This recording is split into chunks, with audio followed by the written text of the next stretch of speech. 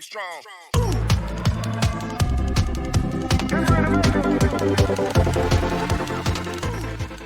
He emphasizes that this task is the starting point of the entire construction project, stating that if this part is messed up, everything else will be messed up. Baron Frontera expresses concern, stating that not only their estate's debts, but also his future at the academy relies on this task. He questions why he should trust Lloyd with such an important matter. Lloyd responds by stating that he's talking about trust because it's crucial. He believes that someone intelligent and responsible like himself should be in charge, even addressing Julian as a little shit. Julian thinks that Lloyd used the term little shit again, considering it a tad late. Lloyd contemplates the modern suspension bridge, acknowledging it as a fanciful idea with the current era's technical knowledge. He acknowledges that even if he does everything in his power, it would still be impossible. Therefore, he concludes that he needs to borrow the power of a different technology. After a while, the royal dwarf master craftsman, Corgidus, sits in his room while drinking, refusing Lloyd Frontera before he even speaks. Lloyd responds that Corgidus hasn't heard anything yet. Corgidus asserts that he doesn't want to hear about it and instructs Lloyd to scrawl away. Lloyd thinks to himself that Corgidus is indeed a bull-headed old man, just as described in the novel. He notes that Corgidus doesn't move unless he's interested, even if it's a request from the queen. To capture his interest, Lloyd reveals that he has prepared a powerful weapon, blueprints for a new bridge over the Manhwa River, specifically a truss design. Corgidus dismisses the human design, stating he has no interest in it. Lloyd apologizes and offers a blueprint, then leaves, expressing that he will entrust these plans to some other blacksmith. Corgidus places his bottle on the table and comments, "Wait, that design, if he doesn't get the structure rigidity exactly right, he knows what's going to happen." He explains that if the rigidity is off, the bridge will snap and collapse, and those on it will die. He fears being blamed for their deaths, with people shouting from the scaffold if only Corgidus had made the trusses. Corgidus becomes angry and questions if that's a threat. Lloyd laughs and reassures him that it's not a threat, but a plea to a master's conscience. Corgidus insists that Lloyd's face looks like a threat, demanding to see the blueprints. Lloyd hands over all the blueprints, and Corgidus examines them. Corgidus concludes that he's certain of one thing: he's the only person in the kingdom who could make this. He warns Lloyd not to give the blueprints to any other dunce, as it would result in a disaster. He responds that is why he feels threatened. He means to ask for his help. Corgidus inquires if he is still wearing that expression and instructs him to remove it. If he can design something like this, he must have planned it to pique his interest. He responds, expressing disbelief at his actions, and states that he can only rely on his warm-heartedness. Corgidus instructs him to stop that look and agrees to proceed. Lloyd Frontera bows and expresses gratitude, thinking that Julian is continuing work on the wires and that the royal workshop has initiated the bridge's truss work. He anticipates that Javier and he will commence work on the suspension towers. After a while, Lloyd Frontera and Javier work at their construction site. He instructs Javier to get ready to blast, and they proceed to blast the ground. A person in a blue dress arrives and commands them to stop the work immediately. They question how they dare defraud Her Highness, steal from the royal treasury, and assert that they will not allow him to get away with this. He asks for clarification, to which the person in the blue dress responds, pleading for him to pass judgment. They highlight that there is already a bridge on the Manhwa River that has stood for 30 years. Nevertheless, the man is creating unnecessary work to tap into the royal funds. They request him to punish the fraudster and suggest redirecting efforts towards repairing the palace instead. Alicia Termina Magentano declares that each side will state their case, beginning with the Guild and Builders Guild of Magenta City's leader, Victor. He asserts that the Manhwa Bridge, constructed by the previous guild leader, has stood in that spot for 30 years. The support columns are wedge-shaped to slow down the swift currents of the Manhwa River. He criticizes the notion that the bridge will fall, considering it a clear insult to the guild and a slight to Her Royal Highness, the Queen. Lloyd Frontera thinks yet nope, if that bridge collapses, in the Night of Blood and Iron, there's a scene where the royal army and the rebels face off at the Manhwa River. He reflects on an event during a massive rainstorm where the bridge collapses, leading to a standstill. However, he refrains from mentioning future events. She instructs him to express his opinion. In response, he states that he would like to inquire something from the official seated beside the guild leader and asks how much they were paid. Another man exclaims how he dared make such false accusations in front of Her Royal Highness. Lloyd Frontera believes that his reaction speaks volumes. It's as if he is displaying signs of being paid off all over his face.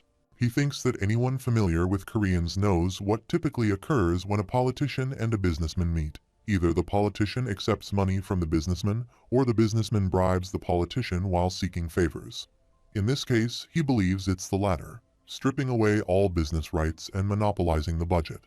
She calls him again, bringing him out of his thoughts, and she asserts that she thought he was a clever man, but he has made a grave mistake by baselessly accusing a royal official. She shouts, "Listen, prepare his judgment at once." They capture him, tie him up, and the death warrior is almost killing him. She instructs him to listen well, as he has insulted her and a royal vassal with his lies, and now she will restore her honor. Javier arrives with Pipodong, Haming, and Bangul, grabbing his sword. Alicia Termina Magentano asks him if he has any last words. He replies, "Exterminate the guilty one's entire bloodline."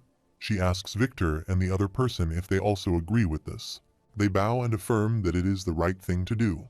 She then declares that she will prove her vassal's innocence, while Javier squeezes his sword to draw it.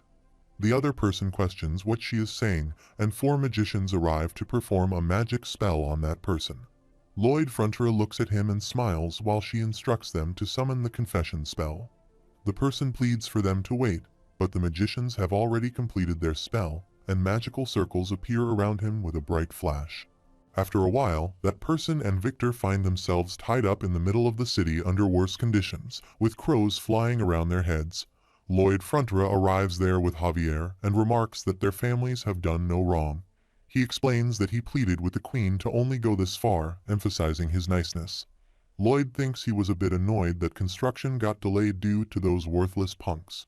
Alicia Termina Magentano also arrives there and commands to put all of the kingdom's workers on the bridge's construction, making people hail their darling queen. Lloyd observes that the High Wizard used gravitational magic to lighten the weight of the stone blocks and work on the suspension tower, which finished in a flash. He instructs Bangul to get ready for the launch. Bangul holds the rope in his mouth and jumps from a building, and Lloyd tells him to fire. A blast occurs, catching everyone's attention. Pipodong and Bangul become excited by the blast, while 2 soldiers turn the tab again. Lloyd Frontera announces the socket connection complete, and here comes the second cable. Julian Frontera acknowledges Lloyd's incredible abilities, and Javier adds that he is also remarkable. Despite it being his first time engaging in hard labor, Lloyd showed up every day. Javier recalls a time when they were young, and he asked Lloyd to teach him how to use a sword. However, Lloyd nearly hurt himself because the sword was too heavy for him. Now, Javier observes that it doesn't seem to be a problem. Hemming supports a part of the bridge, and Lloyd Frontera mentions that wizards can also perform fire magic. Following his instructions, they execute the magic, and Lloyd places his shovel on the ground, announcing that the construction is complete. The system notifies that the construction of Magenta City's suspension bridge is finished, and a large amount of bonus RP will be awarded for this monumental achievement in construction. His bonus RP increases to 1,050, and his current RP reaches 3,019. He reflects that after saving bit by bit, he is now swimming in RP, feeling content. Alicia Termina Magentano reaches the bridge and declares that it will be named after Lloyd Frontera and his brave knight. She officially names the bridge Longevy and, using her vested powers, bestows the title of Master Builder onto Lloyd Frontera.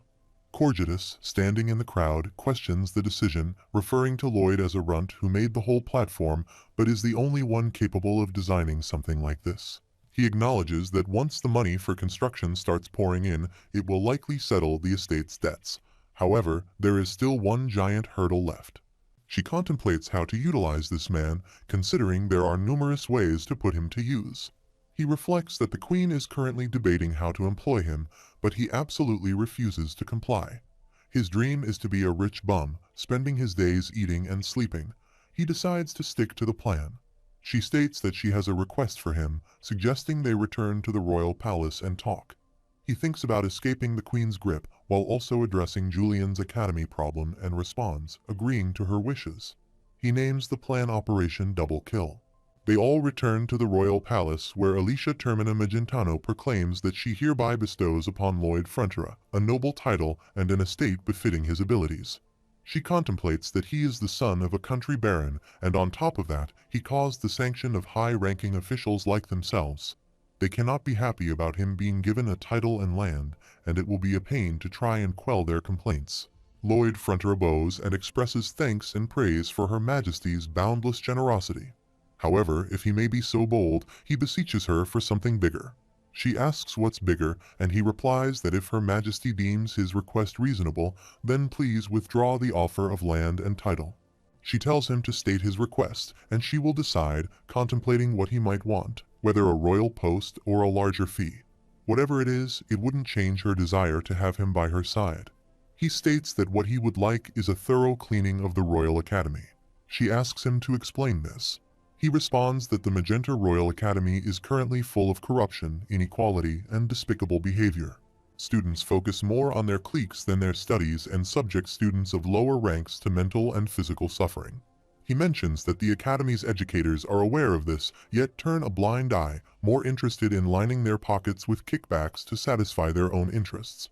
He adds that the students indulge themselves in the sweetness of power when they should be learning, and they build up social barriers when they should be embracing their aspirations for this world. These behaviors are a far cry from the aims with which the Academy was established. He issues an order to Javier, who takes out a document from his pocket and presents it to the Queen. He states that these are the results of a 4-month investigation that his knight and he have put together, ranging from Academy graduates to handymen who did odd jobs, down to the teachers with a conscience who had left, fed up with the Academy's corruption. He mentions that they have carefully recorded their testimonies and investigated their claims. A royal servant shouts that this lowly man is spewing lies, and another person chimes in, saying that such a thing could not happen at the Royal Academy. She orders those who just opened their traps to be subjected to the confession spell. Magicians arrive and create their magic circles with a bright flash on Academy administrators, and they all confess. After some time, they are all tied up in worse conditions in the middle of the city for punishment. Alicia Termina Magentano reaches the Royal Academy, while an announcement tells that Her Majesty is approaching, and her guards capture the staff of the Academy. She orders the arrest of all the people mentioned on the list, with no exceptions, even those they associate with or have the slightest connection to. She instructs that they should be given lashes according to their crime, relieved of their posts, and have their lands confiscated. She states that they should be prepared to face even execution. One of them claims he has done no wrong, while another one begs for mercy. Another person insists he is being framed, declaring it to be a setup. Lloyd Frontera and Javier stand outside the Academy, and he smiles while Javier remarks that he seems very pleased about cleaning out the Academy. He wonders what he is talking about. His darling queen has completely forgotten he exists. Now he just needs to sneak back to the countryside and enjoy the fruits of his labor, laughing. Kyle comes from behind and says he understands that he is pleased, but must he make that face?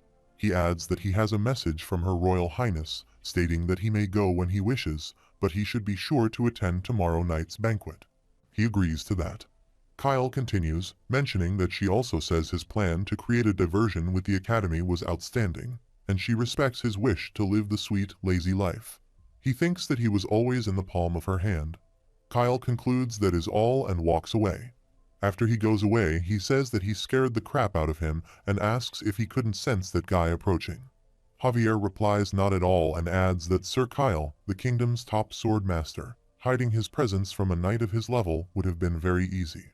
After a while, Julian Frontera is heard saying that Lloyd Frontera beat up Diego Lacona, knowing all this would happen. Lloyd replies well, basically, he planned to wrap up the construction ordered by the Queen nicely. He then adds that if she were going to give him a bonus, he would ask her to investigate the Academy. He claims to have her trust, a justification for it, and he knew it would work. Lloyd asks his brother what he wants, calling him a little shit. His brother responds that he doesn't have to force himself to call him that anymore because he's his brother. He expresses trust and pride and declares that he's proud of him more than anyone else. Julian is surprised to hear this, and the system notifies him that Julian Frontera now thinks of him as the hero who awoke to face the family's crisis. Resentment towards him has faded, and he now respects and accepts him. The system notifies him once again that his approval rating by Julian has increased by 65 points, and he has reached 910 bonus RP, with his current RP being 3,929. He comments that it was so cringe he's going to vomit. His brother agrees, saying he regrets it too.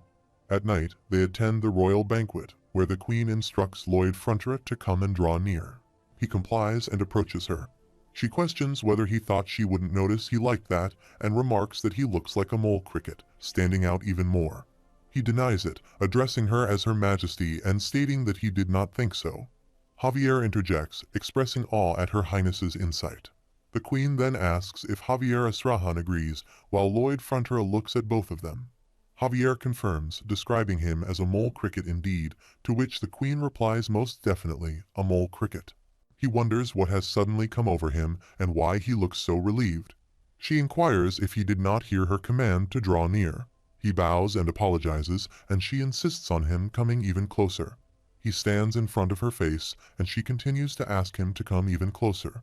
He apologizes again, stating that if he gets any closer, it's not good. She leans in near his ear and mentions that if he ever changes his mind, he should come to see her, and she'll have everything ready for him. She walks away, informing him that the banquet is for him and that he should enjoy himself. He smiles and reflects on what a jackpot this is.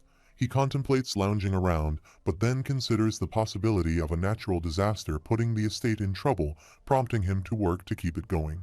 He becomes more excited, thinking it's like he has acquired a nice little nest egg, and he wants to get back to the estate already with the enormous fee he received from the construction.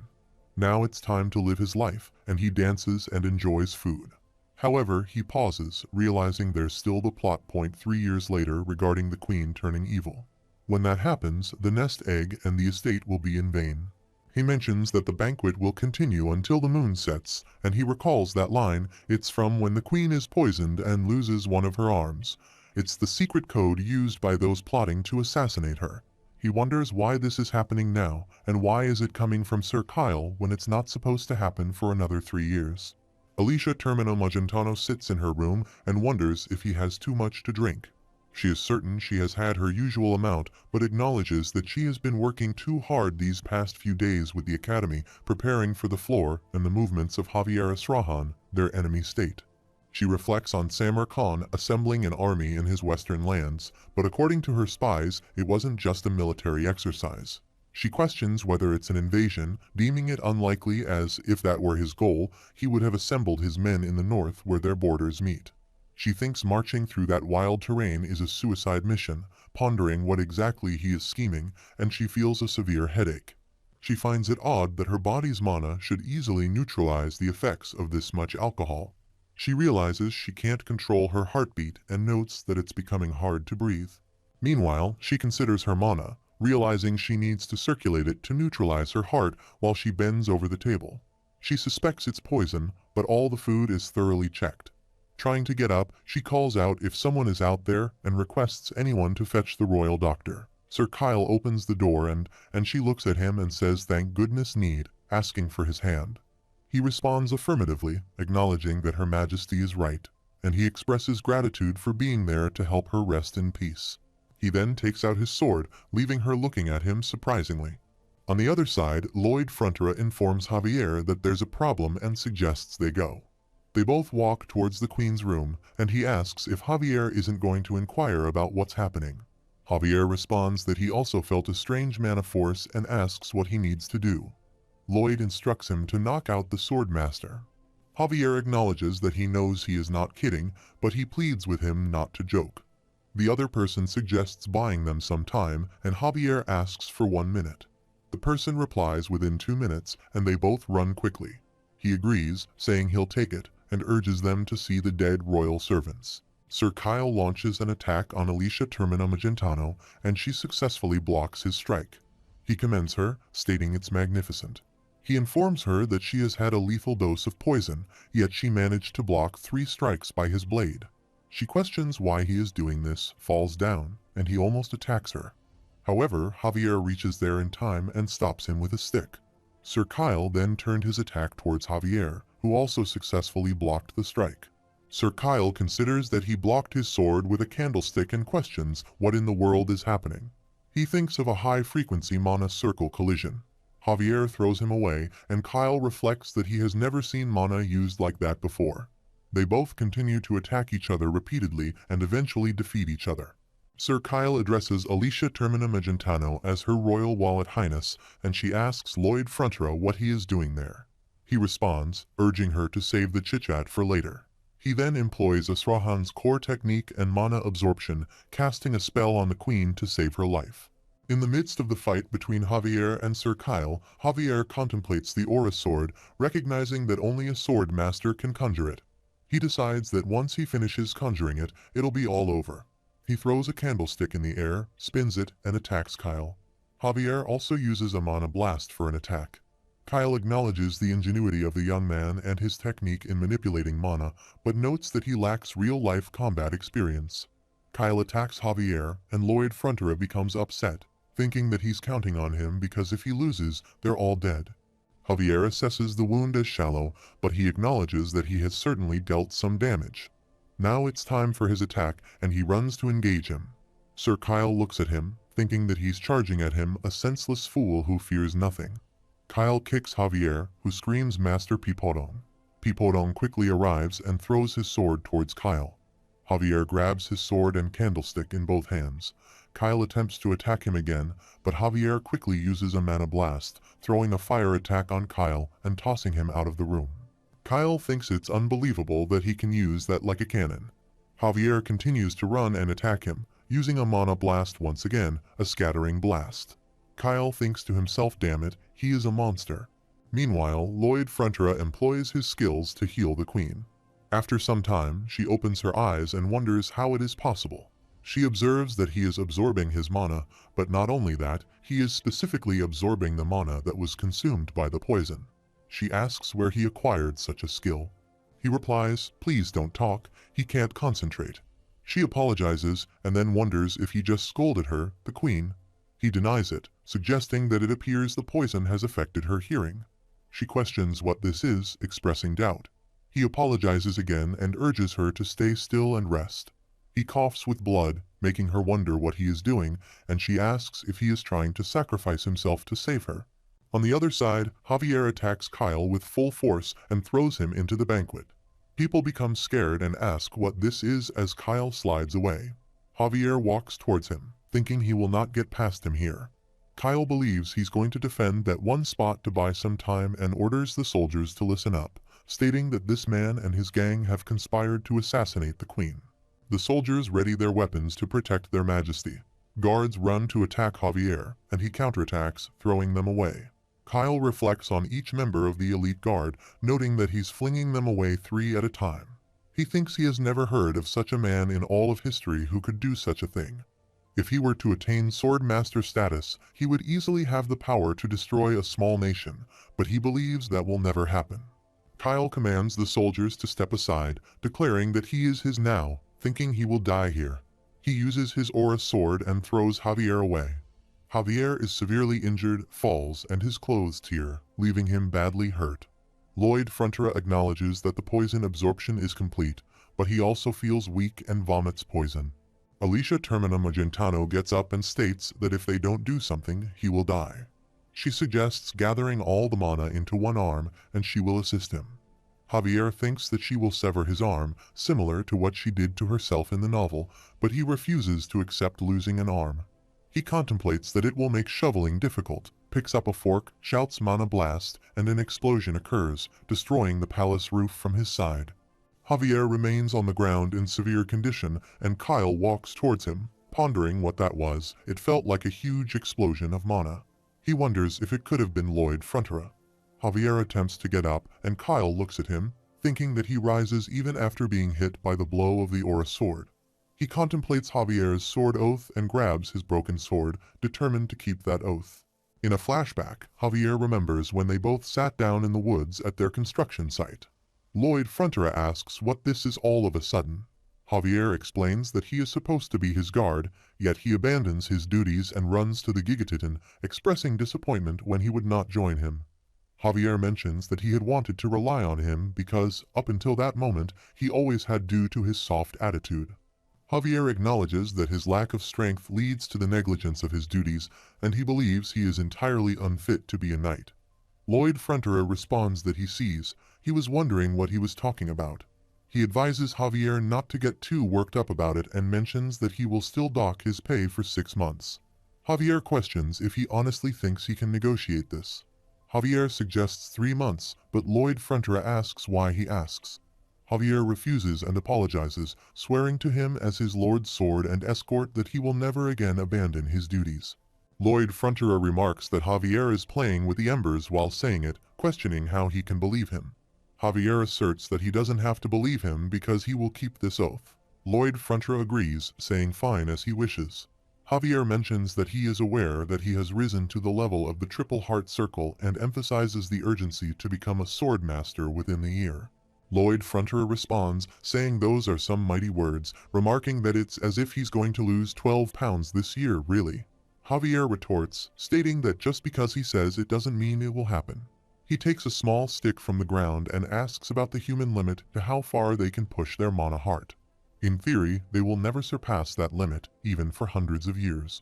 He scratches a circle on the ground and explains how a sword master is able to surpass that limit, suggesting it isn't through simple training, but what he is doing.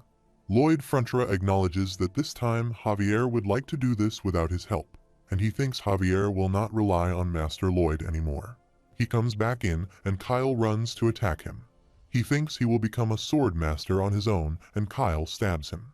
Kyle remarks that he never ceases to amaze him, noting that normally one's whole body would be torn to shreds and disappear when hit by the aura sword. He questions if Javier gathered all his mana into one spot to strengthen it. He expresses that he would have loved to see more of Javier's little tricks, but now he must die. Javier gathers all his skills and creates a magical circle. He grabs Kyle's hand and attempts to take out his sword. He thinks the mana from the aura is burning his entire body, flowing in through his sword from his hands, from his heart, from his mana heart. He goes back and hits a wall, falling down. Kyle observes that he senses neither breathing nor mana from him and thinks this has taken up too much of his time. Now he turns to take the queen's head and walks away. Javier gets up again and says he sees now, while Kyle looks at him and shockingly asks what he is. Javier replies that it's the sword master's mana and builds his strong sword. Kyle thinks that that is an aura sword. He has never even heard of such a power like this. Javier attacks him and cuts his arm, causing Kyle to shout in pain and fall down. He orders his soldiers to step forward.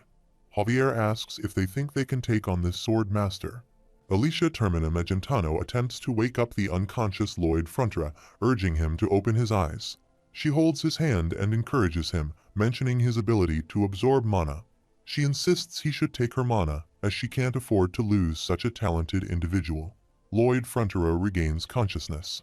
The system window notifies that he has survived a fatal poisoning, unlocking a new custom mana heart skill option. Lloyd Frontera is puzzled, and the system window further informs him about complete poison resistance, making him immune to all types of poison. Additionally, he gains the ability to supercharge by absorbing large amounts of mana from his surroundings when his mana is depleted. He finds these skills to be super useful and smiles towards Alicia, who, in response, gets annoyed and hits him on the head. He holds his head and asks why she suddenly hit him.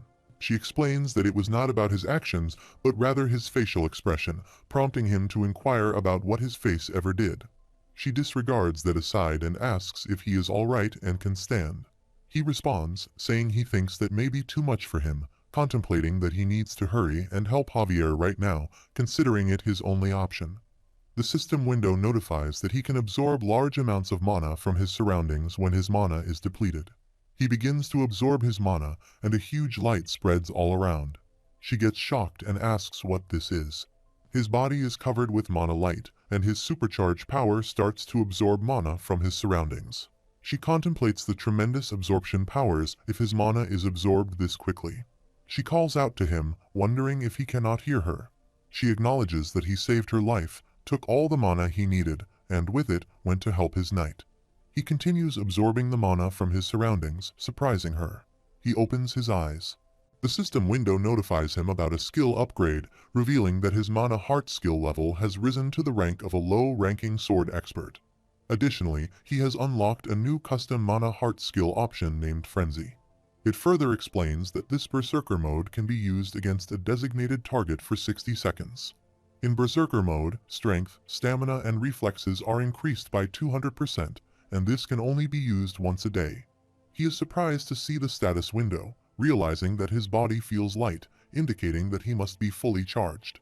He contemplates that he's probably fighting the Sword Master all on his right now. He urgently tells Alicia Termina Magentano that they must hurry. She feels drained because her mana was absorbed by him. He wonders what happened and acknowledges that this is an annoying skill for others. She mentions that she will ask him for the details later, but apprehending Kyle is their biggest priority right now. She inquires if he could carry her. He puts on her coat and attempts to pick her up, expressing that it would be an honor.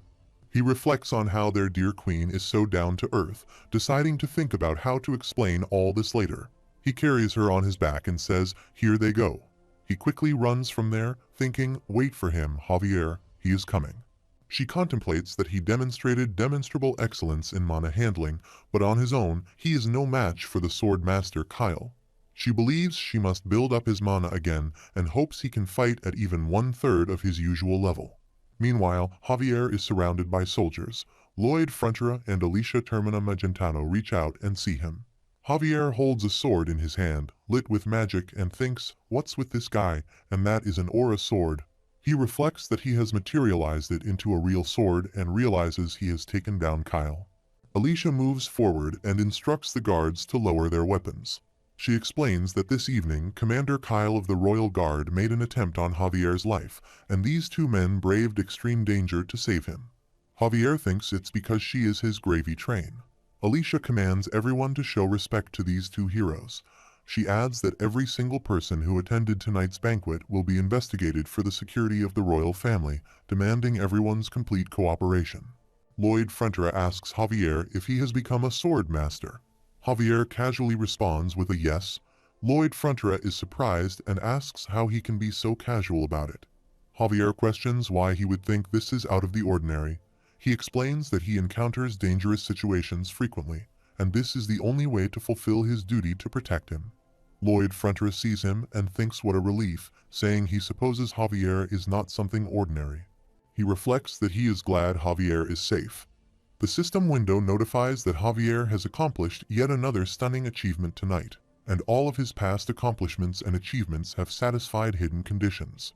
Javier sees the system window and wonders what this is now, as it seems to be giving out quite a lot today. The system window notifies that the compliment system is activated, and every achievement he earns leads to an honorary title of praise, each given title coming with its bonus skill. It further notifies that additionally, at midnight of every full moon, a certain amount of compliment points will be awarded. The system window notifies a list of titles, such as Snap, Crackle, Pop, Crusher of Bones, Resuscitator of Dead Estates, and he will make his face resemble an orc, among others. He wonders what these are, calling them titles and suggesting something cooler like Guardian of Cremo or Hero of Magentano. The system window responds that the titles of praise are named, so they are suited to his face. He considers, "Come out here and say it to his face," comes on. Upon observing the system window, he reflects that when acquiring a title, it is accompanied by a skill, a positive aspect. Let them delve into the details. The system window discloses his identity as Toast, Cremo Lobster, with the title encompassing the entire Cremona region, including Cremo. The active duration of the title spans 120 years, and it yields a CP value of 6. The notification specifies that the powers conferred by the title can be activated within the region for which the commendation was granted for a duration of 24 hours. Moreover, it elucidates that the temporal and spatial parameters can expand or contract contingent upon his actions. Further information in the notification outlines the activation of title powers during combat scenarios where the opponent's mass exceeds his by 10 times or more. In such instances, Iron Stance is invoked, resulting in a twofold increase in damage dealt and a halving of damage received. He contemplates that this constitutes a substantial enhancement, speculating on the prospect of every title invoking such powers. He ponders the utility of CP and its applications while considering the rather unpleasant message box. He acknowledges that the message box might not divulge information, even if he were to request it politely. The notification conveys the intention to disclose information, but suggests a hesitancy, asserting that it might be inadvisable. Given the current circumstances, it deems the likelihood of receiving information improbable, akin to a missed opportunity. Seated in anticipation, he implores for information, urging for details. The message prompts him to persist in his supplication. Javier observes him and perceives the recurring behavior as peculiar. The notification clarifies that he can employ the accumulated CP to defy the laws of physics, thereby attaining absolute power and the ability to summon, with the ending as a spoiler. He is taken aback by the unexpected appearance of system notifications. After a while, Lloyd Frontera sits to relax, and his brother Julian stands nearby. He expresses his exhaustion, citing a lack of sleep due to an ongoing investigation. Julian inquires about their knowledge regarding the perpetrator behind Sir Kyle's predicament. Lloyd tilts his neck back in a gesture of relaxation and conveys their lack of information. He mentions the apprehension of individuals engaged in coded messages with Sir Kyle, noting the ongoing use of a confession spell. However, he reveals a complication: these individuals are shielded by a protection spell, rendering the confession spell ineffective. Lloyd acknowledges that, due to this circumstance, he finds himself confined to the capital, compelled to wait patiently.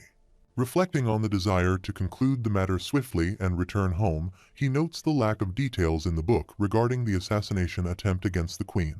Anticipating that such information might be covered in the next season, he underscores the temporal discrepancy 3 years earlier than in the book, hinting at the potential for alterations in the future. Concerned about the changing course of events, he acknowledges the risk of rendering his knowledge of future events useless. Nevertheless, he finds solace in the recent acquisition of powers, expressing uncertainty about their utility but recognizing their timely arrival. Julian inquires about Javier's status and whether he is still subject to investigation. Lloyd responds, indicating that the Queen singled out Javier for a separate summons following his attainment of the rank of a sword master. This revelation astonishes Julian, prompting him to question the reason for his surprise.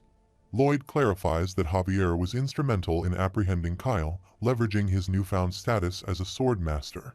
Julian expresses his previous assumption that Javier received assistance from the royal guard. Lloyd challenges this perception, asserting that even 100 guardsmen would be no match for a sword master. Julian, now perplexed, seeks clarification on the implications of this revelation, prompting Lloyd to regard him with a peculiar look. Meanwhile, at the palace, Javier bows before Queen Alicia Termina Magentano. She remarks that recent events have allowed her to witness his unparalleled swordsmanship and the conjuring of a previously unseen aura sword. Noting his awareness of the current vacancy for the position of the captain of the Royal Guard, she issues a command for him to stand by her side and assume the role of captain of the Royal Guard from this moment onward. Meanwhile, Julian inquires about Javier's potential departure. On the other side, Javier requests forgiveness from Her Majesty. Lloyd Frontera comments that he truly does not know Javier at all. On the opposite side of the conversation, Javier identifies himself as Baron Arcos Frontera's knight and implores her understanding of his inability to leave his lord's side. She asserts that she is not asking but ordering him, emphasizing that disobeying her orders amounts to treason, a consequence of which he is well aware. Javier humbly requests one thing: permission to send a farewell message to his Lord Baron. She interprets this as an elegant expression of his preference for death over serving her. Javier appeals to her mercy, and she grants him permission to go, respecting his wishes. He expresses thanks to her and proceeds to leave. After a while, Julian summons Javier and inquires about the outcome of his meeting with the Queen. Javier assures him that he remains a knight dedicated to the Frontera family, bringing joy to Julian. Meanwhile, Alicia Termina Magentano contemplates the Frontera estate and observes that she appears to have encountered challenges with individuals from that region. Simultaneously, Lloyd Frontera reclines on the grass, gazes at the status window, and contemplates exploring the additional skills bestowed by his titles.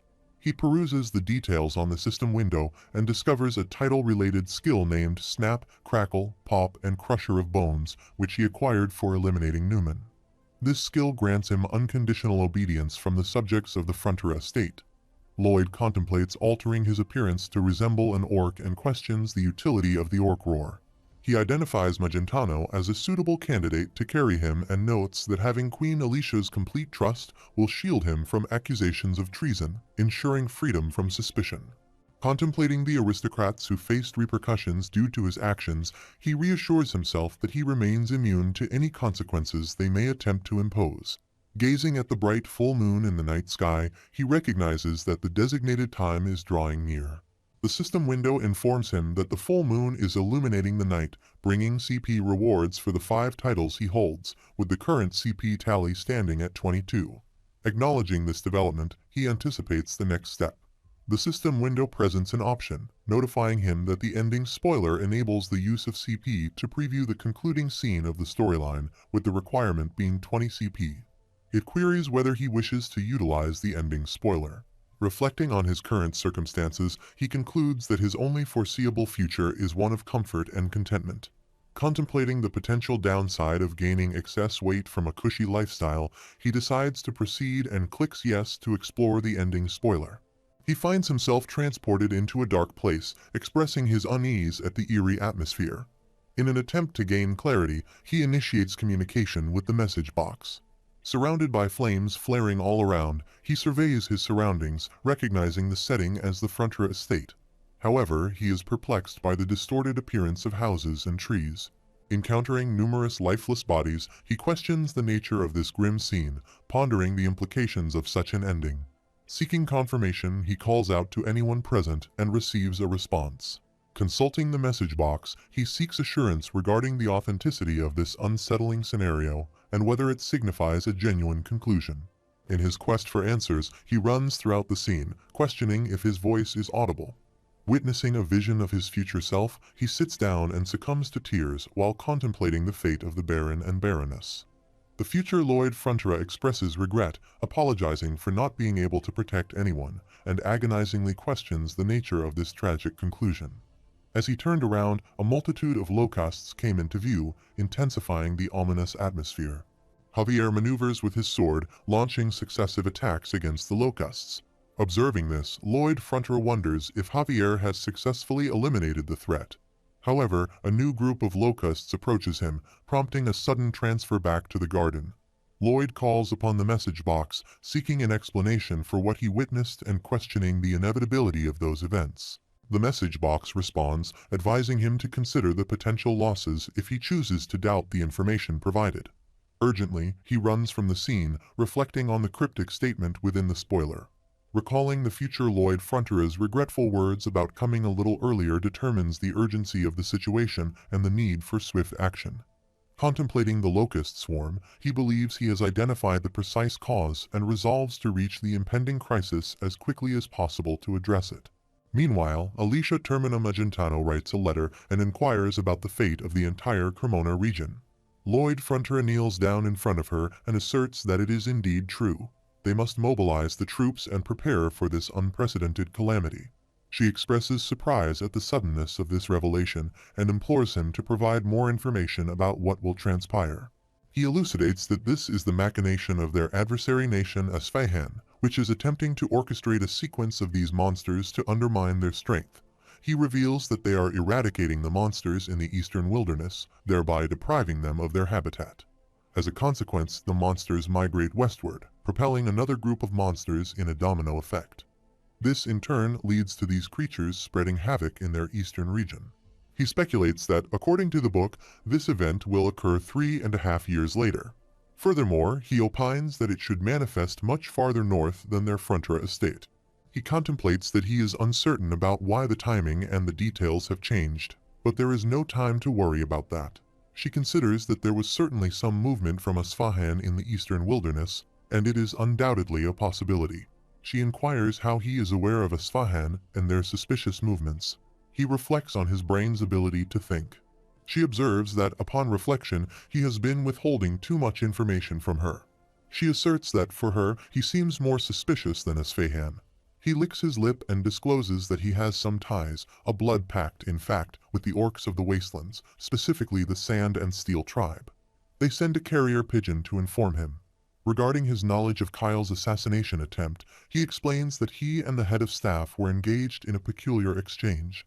Upon noticing the suspicious looks they exchanged, he decided to follow them, witnessing the event. He further explains that concerning him absorbing the mana and destroying the surroundings, as she is aware, his guard and knight Javier is a genius with no equal. He states that they have been together since childhood and he taught him the secret magic of self-defense. Being a genius himself, he possesses a decent command of those skills. She contemplates that it all makes sense, so why does it feel like he is making it all up on the spot? He thinks that she senses he is making this up right now. The system window notifies that the effect of Magentano has been activated. He will be carried by him, possessing Queen Alicia's complete trust. No matter how much others accuse him of treason, he will be free from suspicion. He observes the status screen. She declares that she shall grant him 500 in his direct command, the White Cavalry, and also 50 wizards for support. Since he has knowledge of the enemy's movements, he may have their command. He thinks about how generous it is and expresses his gratitude to Her Majesty. She inquires, asking him to thank her for what, and mentions that he should know more than anyone. She questions whether he thinks that trusting his baseless speculations comes without a price. He acknowledges that of course he knows very well that nothing in life is free. If they can successfully halt these monster attacks, he pledges to proclaim to the whole world that the foresight and resolution in this matter were all hers. He aims to restore the honor of the crown that was tarnished by the assassination attempt. She remarks that she has never encountered anyone as suspicious as him, but she appreciates that they understand each other. After a while, he and Javier depart from the location on horseback.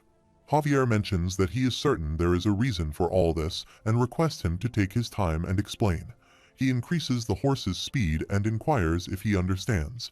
He confirms that yes, he comprehends the gist of what he is saying, so he encourages him to proceed. Lloyd Frontera asserts that they must arrive at the Frontera estate in 5 days, and he expects Javier to understand. He reflects that Javier can now easily overpower the army of a small nation. If they witness dozens of soldiers taken out by a single swipe of the sword, the enemy's morale will plummet. He acknowledges that morale is a critical factor. In this situation, their enemy is not human, lacks morale, and is driven by the pursuit of food. He recognizes that they do not fear death. Hence, Javier alone is not sufficient. Moreover, facing an attack from all around, 360 degrees, the intense firepower from 2 people won't be enough. He orders Pipodong to part ways at this point. Pipodong emerges from his jacket, and he requests Pipodong to meet him at the exact time, counting on him. Pipodong jumps from there and runs. He thinks he has a plan, and he anticipates his money-spinning Frontera estate. They both continue their journey without stopping and reach the top of a mountain. From there, they observe the town with locusts flying toward it. Lloyd Frontera notices the locusts and reflects that the earlier time frame was exceptionally brief. The farmers working in the fields also noticed the locusts, and one farmer inquired about what was happening. Lloyd Frontera calls out to him and urges him to stop standing around. He instructs the farmer to escape into their houses quickly. The farmers see Lloyd Frontera and he gestures, ordering them to bring him a lid for his pot, the largest one they can find. A locust breaks the palace window and enters the palace. Miss Emily sees the locust and asks what that thing is. It moves to attack her, but Marbella Frontera intervenes, attacking it with a chair and killing it. Just then, many locusts enter the palace, surrounding them.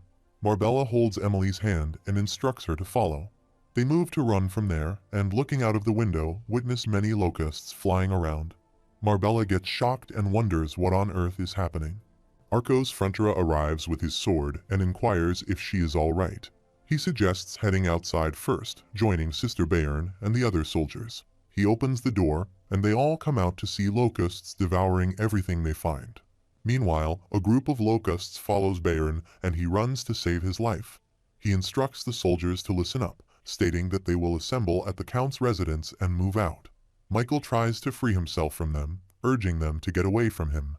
Baron observes him struggling and looks towards the palace, thinking that all the villagers are in danger, but the Count is Count. He recalls a memory when Arcos Frontera expressed the hope that it would never come to this. However, if the estate were ever to be in peril, please save their people first before him. He believes that a lord and his knights exist purely for their people. Baron moves to save Michael, attacking the locusts and killing them. He instructs Michael to get behind him.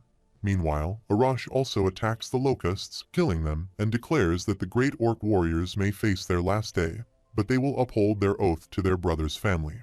An orc warrior moves to attack the locusts. On the other side, Michael and Baron also attempt to attack and kill them. However, suddenly, a locust comes to attack them, but Baron saves Michael. They start biting his back. On the other side, many locusts target a poor lady who is trying to save her little child. The locusts overpower her and start biting everyone. An orc warrior attempts to save Miss Emily, but the locusts cover the sky and everything.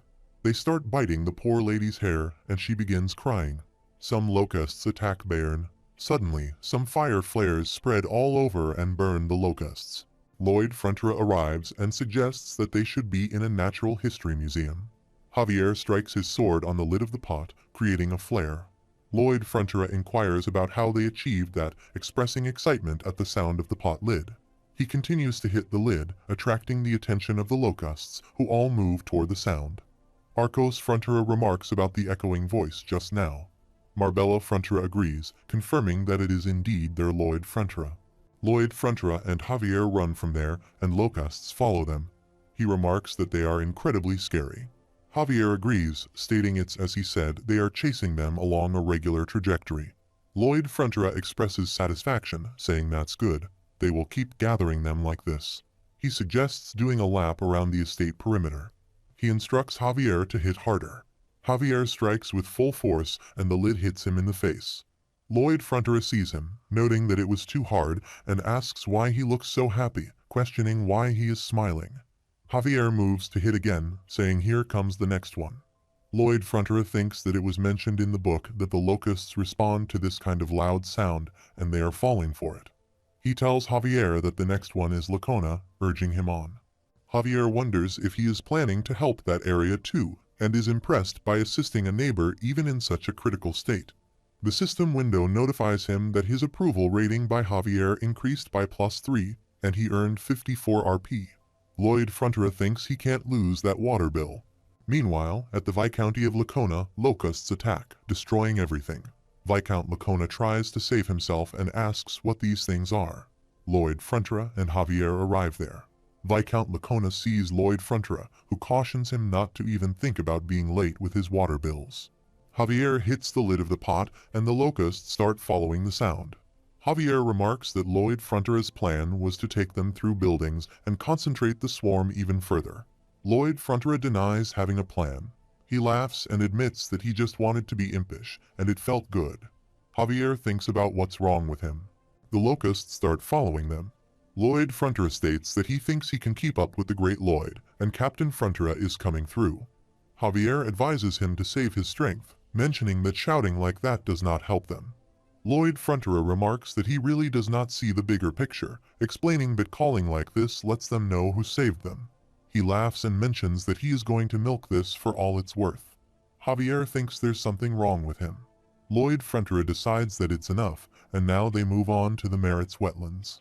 Locusts come toward them, and Lloyd Frontera notes that there is another swarm here. Javier moves away and instructs to hold the pot lid above his head at an angle, then fall back. Javier uses his master's sword to attack and cut the locusts. Lloyd Frontera puts the lid on his head to save himself from the locusts' attack and employs magic to eliminate them. They still follow them. Lloyd Frontera remarks that it's good. They gathered them to a single spot and encouraged them to go just a little further. The horse also gets tired. Lloyd Frontera expresses frustration, asking if Javier is exhausted and emphasizing that if he pushes him anymore, they will all be dead meat. He instructs Javier to prepare him back. Javier questions what. Lloyd Frontera jumps on his horse, holds him from the back, and declares that he is his steed now, commanding him to run. Javier jumps from the horse with Lloyd Frontera, and they start running from there. The locusts still follow them. Lloyd Frontera calls Bangle and Hamang. They are full of water and start throwing water toward the locusts. Bangle uses the fire flare to attack and burn the locusts. Lloyd Frontera commands them to spray shot for round 2. Hamang throws the water's second shot at them. He orders them to start round 3. He and Javier use their magic power collectively, attacking and burning the locusts. After killing them, they both feel relaxed. Lloyd Frontera lies down on the ground and remarks that it was tough. Javier agrees, stating that they took care of most of them. However, there are still many left. Lloyd Frontera acknowledges that at least a few thousand are left, but assures Javier not to worry. He mentions that the cleanup crew should be arriving right about now. Pipodong arrives with 300 elite warriors from the Sand and Steel tribe, along with 500 soldiers from the White Cavalry and 50 wizards. Lloyd Frontera instructs them to leave the rest to the newcomers as they have another thing to worry about. Javier asks what else is there. Lloyd Frontera explains the monster domino, emphasizing that it never ends with just one wave. A soldier declares that they are cavalry soldiers of the White Cavalry, emphasizing that, for the sake of their great majesty's domain, they must exterminate every last one of them. The soldier takes charge of the other soldiers, and together they attack the locusts, successfully killing them. The orc tribe also aids in the defeat, eliminating the locusts and even fries them over a fire before consuming them.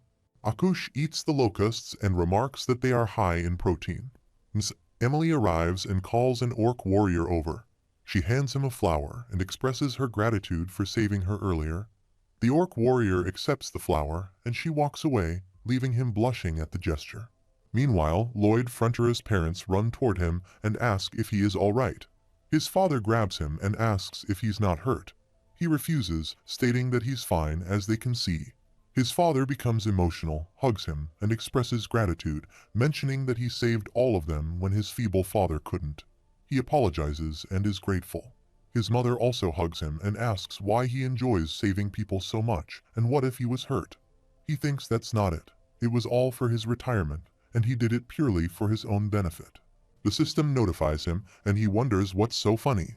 The system again notifies him that he doesn't seem to remember what he said during the ending spoiler. He wonders what it means and what he said. The system notifies him again that, well, if he doesn't remember, let's just leave it.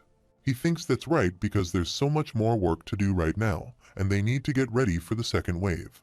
The system notifies him that he has received a new title, Round 1 pick by Terminix Pest Control, and the title region is Frontera Barony Lacona Viscounty.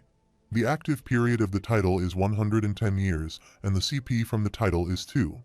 The system informs him about title powers. Just by looking at them, he can send all bug-type monsters into a state of fear. Once in this state, they will shrivel up and lose their ability to fight. At night, he goes to his construction site and looks around, while the commander of the White Cavalry, Vallardi Blanc, comes from behind and asks why he asked for him. He bows and replies, thanking him for coming.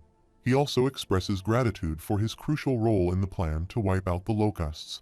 Vallardi Blanc says not to say the words if he doesn't mean them, pointing out they were merely in charge of the cleanup. He disagrees, stating that's not it at all. If they were to clean it up all by themselves, it would have taken weeks, but thanks to him and his men, it was done in half a day. Vallardi Blanc admits that, to be honest, he was angry at first for a mere engineer to be given command over the esteemed White Cavalry. However, when they arrived, he realized something: the precise time and location of their arrival. All of it was according to his calculations. He further asserts that he is a brilliant strategist, and there is no doubt about that. It cannot have been sheer luck that he saved Her Majesty, but his pride is still wounded. He inquires whether he had sent the wizards back while requesting them to stay and fight and die on the Queen's side, which he deems their honor. He states that he does not like him, and having spoken his truth, now it is his turn. He asks what they want from them. Lloyd Frontera thinks he knew this guy was special. In the novel, he is the commander of the White Cavalry, ordered to carry out a ruthless purge by the Queen who turns evil. He reflects that he fought tooth and nail against Javier, who was trying to protect the people. At that point in time, Javier wasn't a sword master, so he barely managed to beat him. Vallardi Blanc inquires if he had said his name was Javier, and if he believes he can trust him with this request, to please stop the Queen. He thinks of it as uncompromising loyalty, noting Javier as a born warrior and a straight shooter, and he believes he won't get through to him if he beats around the bush. His best plan would be that. Lloyd Frontera asks how he would like to fight, proposing that if he wins, the White Cavalry becomes their estate's engineer of crops, and if he loses, he must return immediately to Her Majesty. Vallardi Blanc laughs and states that he has him all figured out. Since he has no intention of giving in to such a ludicrous request, he suggests a fight right from the start. However, there is one thing he has missed. Vallardi has been given command over the White Cavalry by the Queen, and this is an order. He responds that even if ordered to do so, shoveling dirt would gravely wound the honor of a knight. However, if it were the result of a duel, it would be a rather knightly thing to do. Vallardi Blanc asks if he has a weapon and mentions hearing that he punished his estate's traitor with a shovel. Javier replies that he'll be keeping his sword sheathed, so it doesn't matter. Vallardi Blanc thinks it's perfect, believing he took the bait and the chances of winning are 0. He considers Javier to have a triple heart circle, but it's just crude power. He believes he's skilled enough to almost kill Javier, the sword whiz, and that he'll never let him get a hit on him. However, as always, Javier has a different, powerful weapon, his personality. Belardi Blanc states that this is a match between a knight and a civilian, so the rules must be somewhat different. If Javier so much as flinches from one of his attacks, he will be the winner. Lloyd Frontera declares it's a deal and utilizes a triple core mana blast, launching an attack on Belardi Blanc. He quickly evades, and the blast travels a great distance, hitting a mountain and causing a volcanic explosion. Observing this, Belardi Blanc becomes frightened and looks back to where Lloyd Frontera fell to the ground. Belardi Blanc laughs at him, contemplating how 500 of the kingdom's strongest in the White Cavalry have been transformed into the Frontera barony's crop engineers. He mentions that they are engaged in construction work with his team the next morning.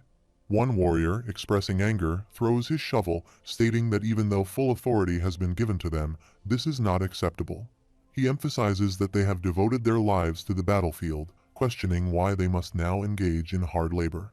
Belardi Blanc insists that this is not merely a result of a simple order, recalling Lloyd Frontera's statement that he would show him something else amazing, that wielding a shovel can be much more honorable than wielding a sword. Belardi Blanc, once again, thrusts his shovel into the ground and mentions that there is something he wishes to check, urging cooperation. Lloyd Frontera and Javier stand atop a high mountain, observing them. Javier asks if this will truly have an effect on them. Lloyd Frontera responds that the orcs of the wilderness taught him so he can trust their method, emphasizing it has been tried and true. He assures Javier to wait, stating that this is going to protect his sweet meal ticket. As his soldiers descend from the mountain with ropes, they proceed to build a rock monster. An earthquake shakes everything, causing people to become scared. They believe the entire estate is enveloped in terror, and simultaneously everyone shares a common feeling, thinking that Master Lloyd Frontera will protect them all.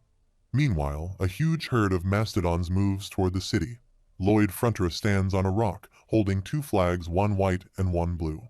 Belardi Blanc arrives with his warriors, finding it hard to believe what Lloyd Frontera said, but they see a real threat in the form of a massive herd of mastodons. He recalls his meeting with Lloyd Frontera, questioning what evidence he has that makes him so sure. Lloyd Frontera responds by asking if this isn't evidence, and when questioned further, he says it's obvious. Belardi Blanc insists on knowing how it's obvious, to which Lloyd Frontera clarifies that he means in a general sense. Belardi Blanc specifies that he wants to know if what Lloyd Frontera is saying serves as evidence. Returning to the present, he thinks he clearly has a knack for dodging questions, but regardless, he has judged correctly. Now is the time for battle, not doubts. They will match the speed of their charge and take out their front line. He believes that once the herd stops, they will quickly surround them and attack from the outside, one layer at a time, anticipating 10 or perhaps 20 casualties on their side. Oleg expresses that after this battle, he will propose to his sweetheart back home. Another warrior comments that he doesn't say things like that. Oleg repeats his question, asking what's wrong with what he said. Belardi Blanc contemplates that instead of an engagement ring for his lover, the soldier Oleg may leave behind only his glorious lance. He believes there is nothing to fear. This is the fate of their cavalry unit. He then commands white cavalry soldiers to prepare to charge. Meanwhile, Bayerk instructs them to wait, and Belardi Blanc looks at him, addressing him as Sir Bayern, the chief knight of this estate. He asks why Bayern is here without his armor. Bayern replies that Master Lloyd Frontera said he would not need any armor. Belardi Blanc questions this decision, expressing concern as they are going into battle, and wonders if Lord Lloyd has lost his senses. Bayern responds that his lordship has always seemed a little strange, and he's used to it by now. He explains that he came here to decipher Lloyd Frontera's messages. Belardi Blanc inquires about the meaning of deciphering. Bayern asks if he sees Master Lloyd on that white rock. Belardi Blanc confirms that he sees him. Bayern explains that his lordship will soon send a signal. As he observes, Lloyd Frontera waves the flag and gives the signals. Bayern directs the soldiers of the White Cavalry to move to the village's southeastern edge, urging them to move swiftly. Belardi Blanc dismisses the idea as nonsense, stating that Lloyd Frontera is practically asking them to clear the path for the mastodons. He emphasizes that it is only a matter of time before the mastodons overcome the earthen ramparts. He checks his current location and attempts to measure the distance to the new location. He observes that Lloyd Frontera seems to want them to attack from the side, but he believes they can't stop this charge with a side attack. Lloyd Frontera responds by saying that if Velarde Blanc keeps arguing, he will report them to Her Majesty. He waves flags repeatedly. He questions if Lloyd Frontera is serious about tattling on them to Her Majesty. Baron denies this and claims that all of this was predetermined. Lloyd Frontera, perplexed by the situation, thinks it goes against all common sense as he looks at the mastodons. He believes they are here and waves his flags again, smiling. He reflects on phase 1 of the plan, blocking the mastodons' path with a relief image of their natural enemy, the Megalania. Observing the mastodons charging toward the rock monster, he witnesses them falling down, contemplating phase 2. Velarde Blanc commands the white cavalry troops to quickly march forward with much noise and movement. He instructs them to kick up a dirt cloud and bang their lancers together loudly, and they all follow the instructions. Velarde Blanc ponders if they are executing his plan, but confusion sets in as he sees them turning back and roaring. Lloyd Frontera thins the herd of mastodons, frightened by the Megalonina, and now believes they can hear the steps of another Megalania approaching. The mastodons become scared and run in another direction. Lloyd Frontera thinks that if the herd moves north, they will have succeeded. Velarde Blanc realizes they are on the move, but then realizes that in that direction lies the ditch where they dug up the dirt for the relief image. He reflects on why he had asked them to dig such a long ditch there. Mastodons swiftly run towards the ditch. Lloyd thinks it's phase 3 of his plan as they all tumble into the ditch. Piporong reaches the edge of the ditch and shouts for the Battle of Salsu, but Piporong doesn't listen. Instead, he throws a lot of water into the ditch, and they all are carried away with the water. Lloyd Frontera throws his flags and strikes a pose of victory while everyone looks at him. The mastodons attempt to swim, but they struggle, eventually reaching the river and then making their way into the forest. Slowly emerging from the water, they become exhausted. Velarde Blanc observes them and realizes they have truly won without even engaging in a fight. Lloyd Frontera remarks that there is plenty to eat downstream, giving the mastodons no reason to return to a place with a Megalania. He expresses gratitude for the new canal they have, thanks to the mastodons. Velarde Blanc questions if Lloyd Frontera had truly planned to use it as a canal like this. Lloyd Frontera denies the exact plan, but explains that as they were digging, he thought it could be useful, considering that every time they fought a battle, they would lose at least 5 men. Velarde Blanc goes to the house of warrior Durando, presenting his sword. He mentions that Durando's husband died honorably in battle for his country and people. Velarde Blanc assures that this cavalry regiment and the kingdom of Magentano will forever remember the bravery of Sir Durando. Durando's wife sits on the ground, crying heavily as they bury the dead warriors, evoking strong emotions among the other warriors. Velarde Blanc questions how much time he plans to waste on training now. Despite heavy rain at night, he remains in the graveyard, contemplating valor and honor. Each time they lose a man, these words are repeated, but he finds it nonsense as deep down, they know death doesn't leave behind honor. It only bequeaths hellish days for those left behind. The next morning, at the training ground, a warrior tells Oleg to ensure he invites them to the wedding while grabbing him in his arms. Oleg responds affirmatively, and Velarde Blanc observes them. Javier arrives, expressing concern that these waves of monsters may never end. Lloyd Frontera responds, acknowledging that they will end at some point, but they'll have to deal with dozens more. He mentions that coming up with a large-scale plan like this each time would be too costly for their estate. Meanwhile, he remarks to Javier that he sees his IQ has increased significantly and asks if he would like to guess what he's thinking. Javier responds, stating it's obvious a plan that requires the least amount of work to contain the monster invasion at its source. He acknowledges that it's the right idea and asks about that plan. Javier assumes he already has one in mind. Velarde Blanc declares that the White Cavalry Knights will assist him with his plan. Javier questions what he is saying, as he's not planning to go back to the capital. Velarde Blanc shares his intention to send a letter to ask for Her Majesty's permission. He explains that today he witnessed what real victory is, realizing what an incompetent leader he had been all this time. He kneels in front of him and asks for permission to stay and learn from his wisdom. All his other warriors also kneel alongside him. Lloyd Frontera mentions that he was actually about to throw himself at Velarde Blanc's feet and beg. He asserts that without Veillarde Blanc's help, there is no way the plan would work. They all enter the palace, and in the meeting, Lloyd Frontera, Javier, Veillarde Blanc, Arcos Frontera, and Marbella take their seats. Lloyd Frontera asks his lord if he remembers when he said he would make a waterway from Lake Capua, and his lord was firmly against it. His father confirms that he remembers. Lloyd Frontera explains that there is a legendary beast at Lake Capua, and King Storma lies asleep in its depths. However, he insisted that the disturbance from the waterway wouldn't be enough to wake him and pressed on with its construction. Lloyd Frontera agrees, stating that this time they really will wake him. His father vehemently objects, and his mother firmly says absolutely not. Veillarde Blanc votes yes, raising his hand.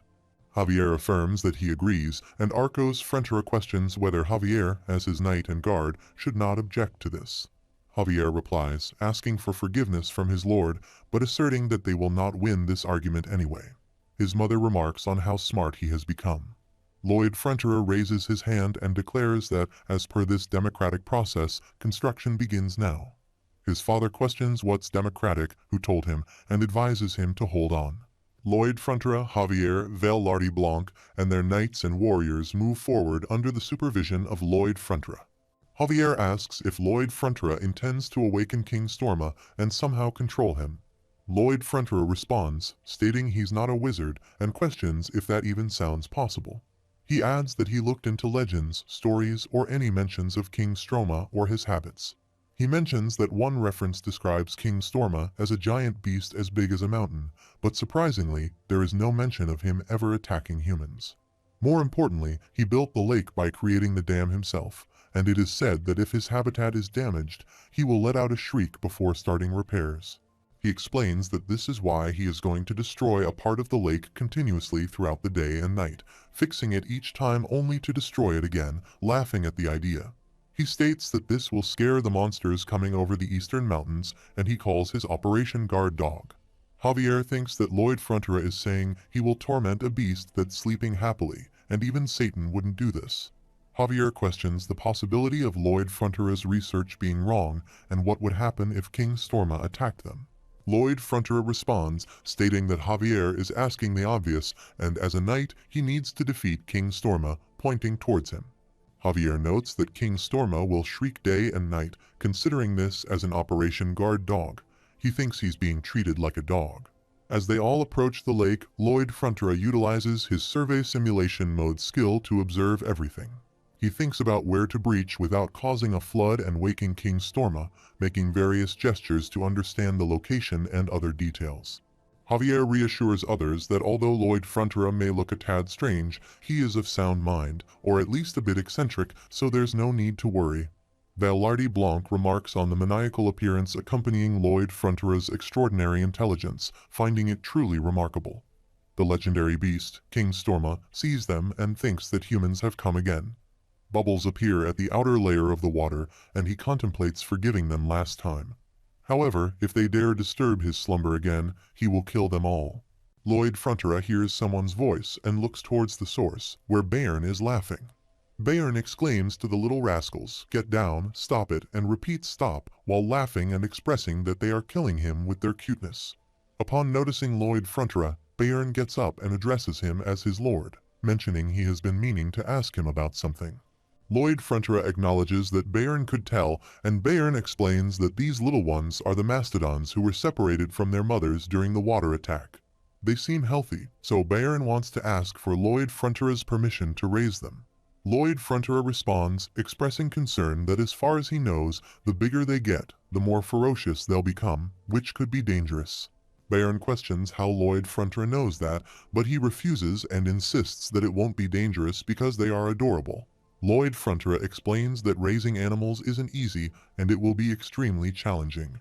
Baron continues to deny the difficulty, saying it won't be challenging because they're adorable, pointing towards the mastodons. Meanwhile, he responds with a casual "well, do as he pleases."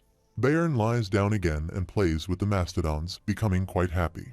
Lloyd Frontera walks away, thinking that Lord Baron will do a good job with them, and if things go well, perhaps the mastodons could become a great asset for them. He reflects that since there is no guarantee that Operation Guard Dog will work, having even just one more ally, even one more animal on their side, is beneficial. Akush arrives and mentions that the monster Domino might strike their village too. They express regret but explain that they must return to their tribe. Lloyd Frontera thinks it's a shame to lose such a strong ally, but their region is also in danger, and it couldn't be helped. He instructs Officer Greg to gather 5 men and ride with the Sand and Steel tribe. If trouble strikes, they should inform him right away. Officer Greg agrees, and Lloyd thinks that they will be willing to help them for a long, long time. He needs to do everything in his power to keep their army strong. He also reflects that today is the day when the long-awaited operation goes into action. Velarde Blanc informs him that all preparations are complete. He shouts that today they will awaken an ancient beast, and no one but his men can accomplish such a feat. He mentions the superhuman strength required to carve up and dig out mountains, and his warriors become excited. He addresses the white cavalry, asking who can knock a beast out with a shovel when they bare their vicious teeth. He questions them, asking if they believe in the power of the almighty shovel while waving his hand above his head. They all become emotional, wave their hands in a pose of unity, and affirm that they believe the shovel conquers all, waving their shovels high. Meanwhile, they march forward, and Javier comes in front of them as they repeat the chant, "The shovel conquers all," again and again. The system notifies that Javier truly pitied the white cavalry. Through the use of meticulous simulations, they modified the terrain so that the lake banks would crack without causing a flood, and they started working there. Javier stands at the high mountain and declares that he's ready. Lloyd says okay and asks if Javier sees the spot that he marked. Javier confirms and says he sees it. Then he shouts for Lloyd to fire away, and with just the right amount of force, there will be an explosion. Javier stabs his sword into the mountain and uses Mana's blast, breaking the mountain into pieces. The pieces of the mountain go down with full force, breaking trees in their path. Lloyd Frontera thinks that while it won't be an immediate problem if left unattended, it will be just enough to cause the natural dam to collapse. He lies down and orders everyone else to do the same, instructing them to take cover. He believes that now King Stroma has awakened as they all witness his residence mountain breaking into many pieces. Bai Bayong also appears there, and they all look at him. Velarde Blanc finds it adorable, while Lloyd Frontera thinks he could understand everything that Bai Bayong is shouting. He believes that Bai Bayong is angry, just like with Pipadong, Bengal, and Hamang. Whenever they speak, he can understand them. Lloyd Frontera thinks that whether Bai Bayong is a summon or whatever he is, it doesn't matter. If he is a beaver, then Lloyd Frontera is even more sure about this, as the most important thing to a beaver is repairing its dams. Bai Bayong moves towards them and says something. Lloyd Frontera thinks he can smell metal and believes that Bai Bayong thought he wouldn't see him hiding there. He tries to look at Bai Bayong, thinking it's like he's attempting to damage his dam to do something. Lloyd Frontera wonders if Bai Bayong really thought he would just fix his dam and go back to sleep. He decides to wipe him out and put an end to his tricks for good, realizing that Bai Bayong misread him and botched this. Velarde Blanc crawls towards him and asks what they should do now. He assures Lloyd Frontera that if he gives them the word, they will attack. Velarde Blanc adds not to make that face, as it makes him uncomfortable while making an annoyed expression. In anger, Bai Bayong splashes water on them, and they all get up and run back. They float in the water while Javier also jumps in and uses a flare mana blast towards Bai Bayong, who splashes water on his fire attack. Javier gets ready to attack him again and thinks he has no choice but to slay him. He jumps to attack him while Lloyd Frontera tells him to wait because he has a plan. Lloyd Frontera thinks that if Bai Bayong is a summon, then this will definitely work. Javier attacks Bai Bayong and engages him, while Lloyd Frontera secretly approaches him, thinking good job Javier, keep attracting its attention. Bai Bayong feels someone's presence, looks behind, and quickly goes underwater, considering that it's extremely sensitive to its surroundings, making it challenging to approach. Javier executes an explosion or a sword behind Bai Bayong and escapes from that attack.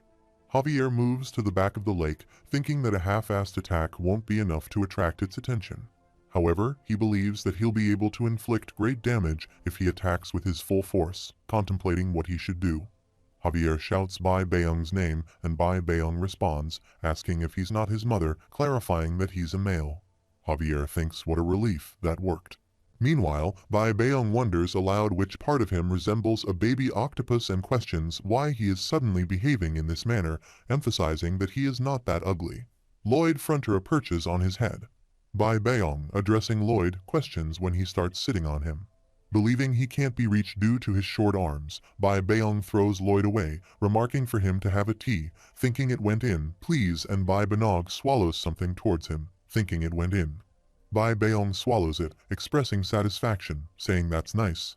Bai Beong emerges from the water, questioning what is happening and why the world seems to have become so big.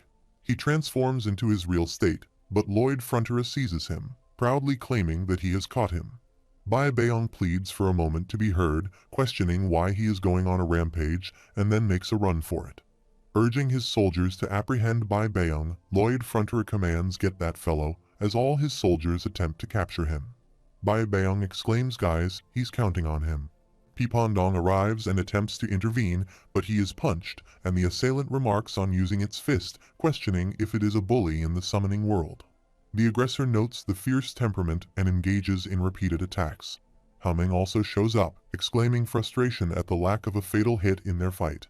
However, Bai Beong quickly steps back, causing Hamming to fall onto Pipondong, who then runs away. Lloyd Frontera arrives, asserting it's not so fast. Bengal leaps in front of Bai Beong, who reflects on King Stroma, a beast born in this land for reasons unknown even to himself. Having spent 500 years simply breathing and sleeping for the first time in his life, King Stroma witnessed the light. Bai Beong gazes at Bengal and blushes. Lloyd Frontera inquires about Mr. Stroma's thoughts and asks if he feels like talking now. Bai Beong responds that if he wants to talk so badly, he guesses he could do that much for him, as he considers himself a gentleman. He thinks the legendary beast, King Stroma, capture is complete and smiles. Meanwhile, at the palace, Bai Beong asks what Lloyd Frontera wants from him. Lloyd Frontera states that his request is simple. Once in the morning and once at night, Bai Beong should yell out his name from across the lake. Bai Beong criticizes him for not knowing the basics of negotiation, stating that when making a request, one should also propose what the requester would gain from it. Lloyd Frontera asks what he can do and asserts that, honestly, he doesn't have anything to give him. However, if Bai Beong did that, everyone there would be much happier. He asks if that needs to be corrected. Bai Beong agrees, saying deal. Lloyd Frontera responds affirmatively, thinking how generous Bai Beong is. He contemplates that Bengal has zero feelings for him despite being of the opposite sex, and decides to give him a nickname, Eternal Bachelor King Storma. He thinks that King Storma may be taken advantage of for life, alone and forever single. He then thinks about Bai Beong and Hug and concludes that they are both single. Bai Beong wonders what Lloyd Frontera is doing, labeling him as a human rascal, and questions what's wrong with him. He thinks about why it feels so warm, and he realizes that Lloyd was able to share his heart with King Storma. Lloyd Frontera asks if he can call him Bai Beong from now on, and Bai Beong responds by saying he can do as he pleases. Just then, Officer Greg enters the room, calling for Master Lloyd Frontera. He questions why he is back if he didn't send him to accompany the tribe of Sand and Steel. Officer Greg explains that they met some of the orc tribes on their way to the estate, and those tribes requested Arash's help. They mentioned that their tribe was under attack by a group of Megalania. Meanwhile, in the tribe of Sand and Steel, Megalania is destroying and attacking everything. An orc warrior reports that they have broken past the third barricade. Akush instructs everyone not to panic and to maintain the formation. He moves to attack the Megalania, but in return, one of them shoots him back and throws him away.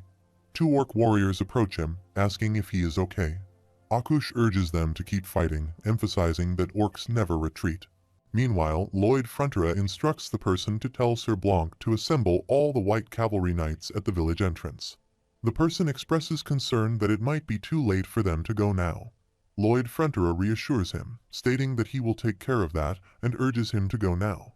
He runs from there, holding Bai Beong's hand with Javier, and emphasizes the need to hurry up, calling it a golden opportunity. The person asks about the opportunity, and Lloyd Frontera reveals it's time for a counterattack to flip over the monster domino. He feeds Bai Beong an almond. The farmer is shocked to see Bai Beong increase in size after eating the almond. Lloyd Frontera and Javier sit on Bai Beong's back, holding him tight as he takes long jumps. Lloyd Frontera encourages him, saying let's go, show his cool side, and steal her heart. They take long jumps, and some workers with shovels come on his back as he jumps repeatedly. On the other side, the orc warriors try to fight against the Megalania. Bai Beong also reaches there. Akush is shocked and asks what this is. Lloyd Frontera instructs him to burn this into his eyes and spread the word that there's no food even if they travel west. They will become the food. Bai Beong attacks them and throws them away, transforming them back to normal size.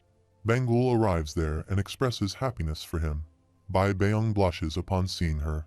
Belardi Blanc places his shovel on his shoulder and expresses gratitude for being called there. However, he notes that it seems like they are not needed this time. Lloyd Frontera laughs and reassures him that he would not have reached such precious human resources like him for nothing, as there's another important task for them starting today. Chief Akush comes near Lloyd Frontera, who asks if he is alright. Akush states that they are no longer in a blood pact anymore. Lloyd Frontera asks what he means. All orc warriors gather, showcase their bodies, and declare that he has saved them twice. They, the tribe of Sand and Steel, swear their fealty to the Frontera barony. Lloyd Frontera expresses gratitude and asks if, in that case, they shall start their third project, to resuscitate the tribe of Sand and Steel.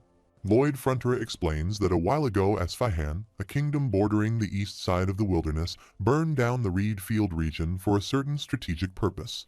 Subsequently, a huge domino-like movement of monsters followed. Among those monsters, there were some from barbaric tribe societies that possessed intelligence, and they were the ones to witness it happen. He describes how 3 apex predators of the Megalania species were rolled up like wasted paper and sent flying away. Lloyd Frontera continues, mentioning that those sentient monsters began to spread what they saw to the other monsters, and word spread that there's a legendary beast the size of a mountain at the end of the west side. He details that it was so big it could touch the clouds, and its tail was the epitome of a god's wrath, as though a swish could cause a typhoon. Its round black eyes looked like they witnessed nothing but an abyss, and its 2 fangs were capable of eating every living thing in the world.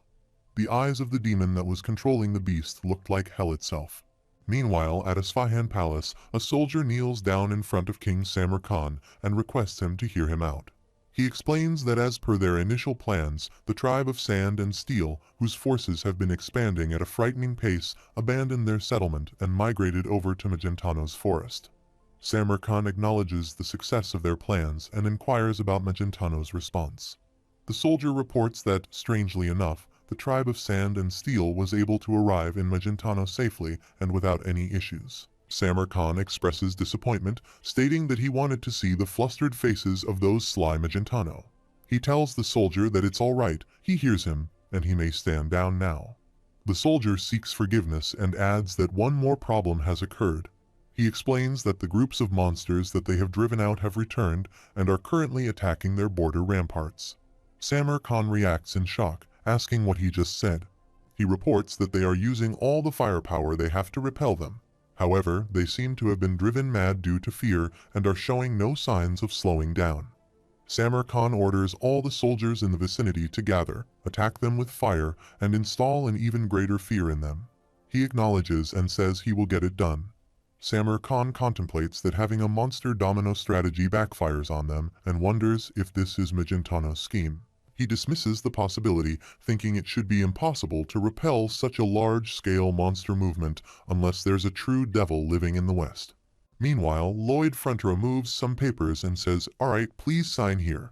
Meatloaf asks what kind of document this is. Lloyd Frontera explains that it's written there, and if it needs to be clarified, it's a full debt repayment receipt. He adds that the check he's giving covers all the interest accumulated too. They both start closely checking the check and the contract paper. Meatloaf asks what they are doing and tells them to sign it quickly and get lost. After a while, they leave the room and Erox Frontera enters. He sees Lloyd Frontera holding a paper and asks if they really paid off that huge debt. Lloyd Frontera shows the full payment receipt and asks if they shall frame this up. He hugs him, gets emotional, and expresses that he has worked so hard to pay off the mistake that his foolish father made. He apologizes for making him go through all this trouble and admits he doesn't know if he deserves to be his father. Lloyd Frontera asks if he loves him.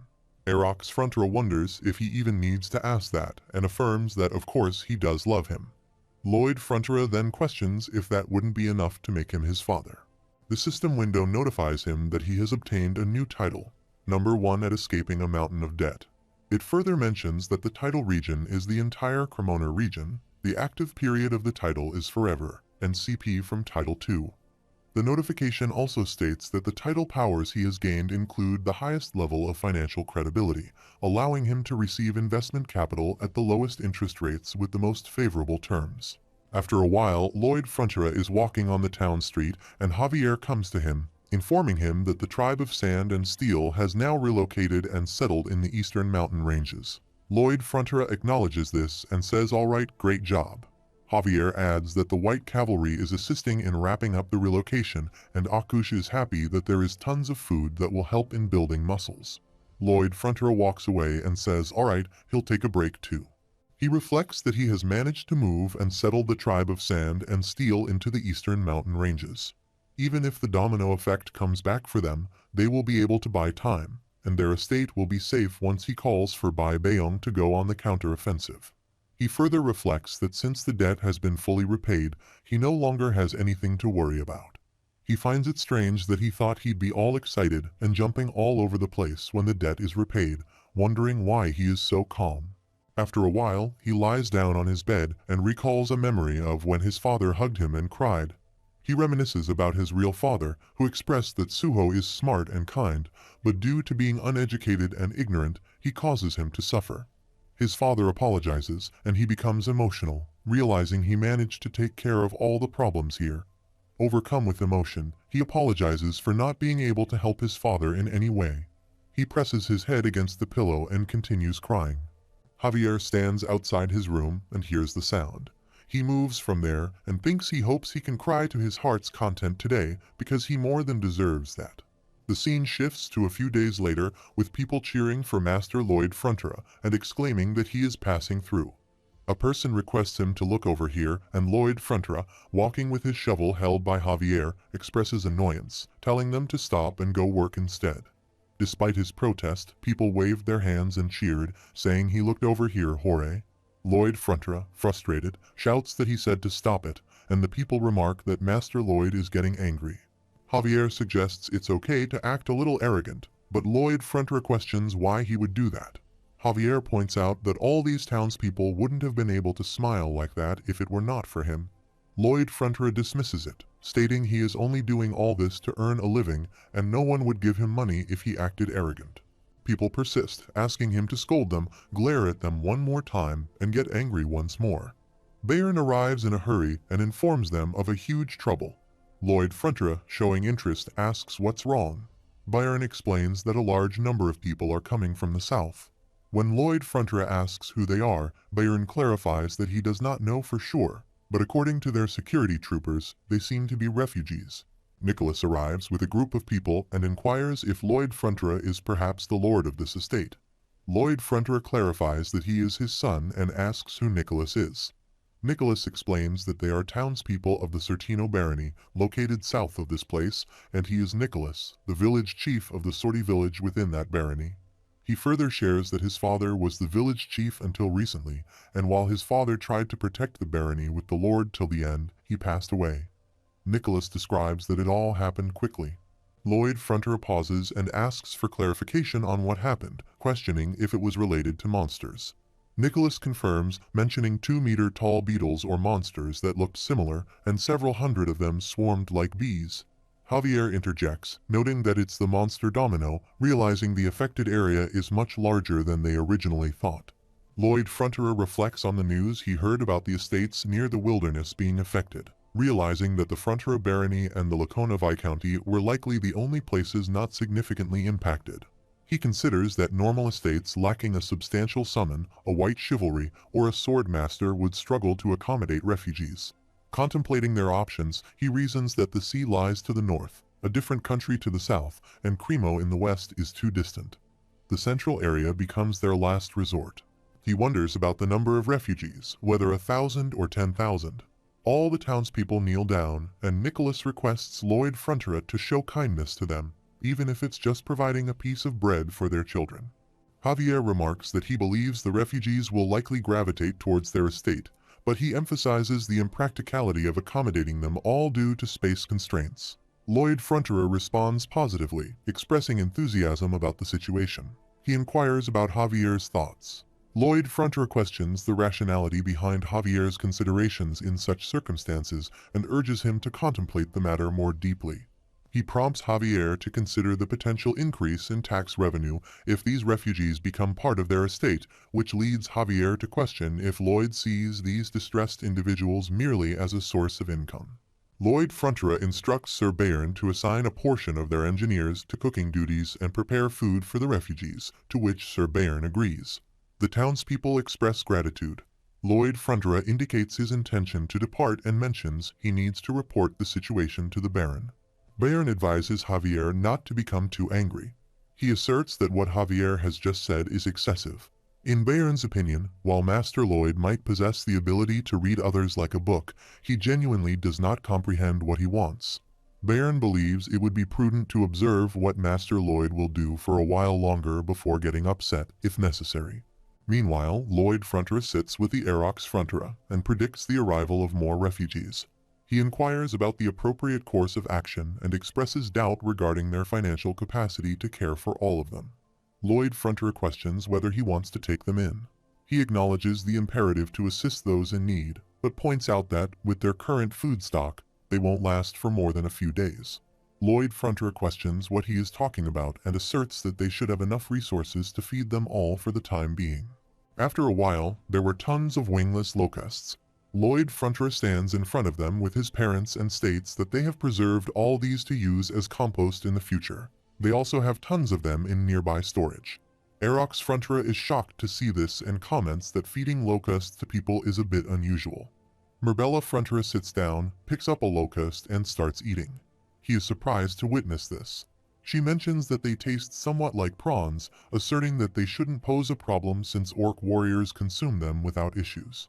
She acknowledges the slightly gamey smell and suggests addressing it.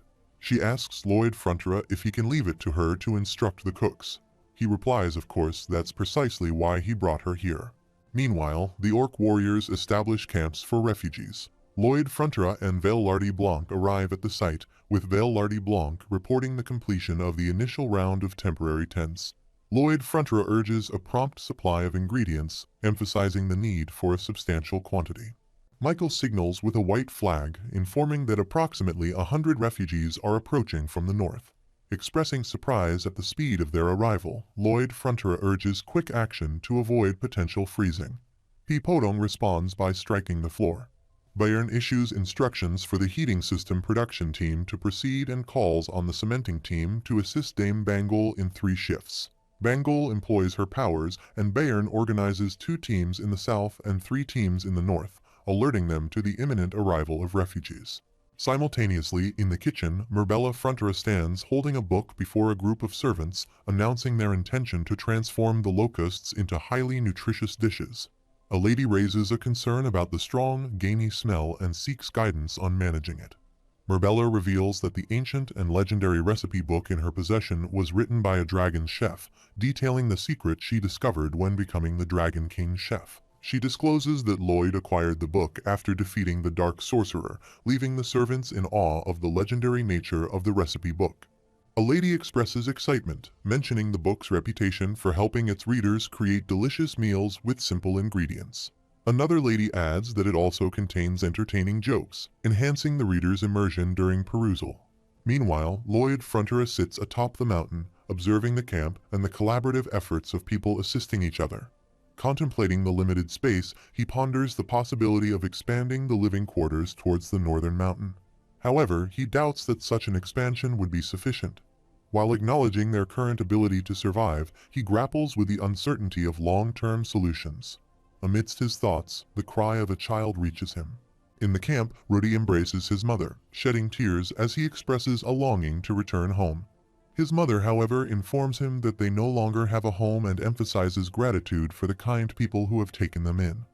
Rudy persists in his desire to return to the house his father built, but his mother apologizes and assures him that they will rebuild someday.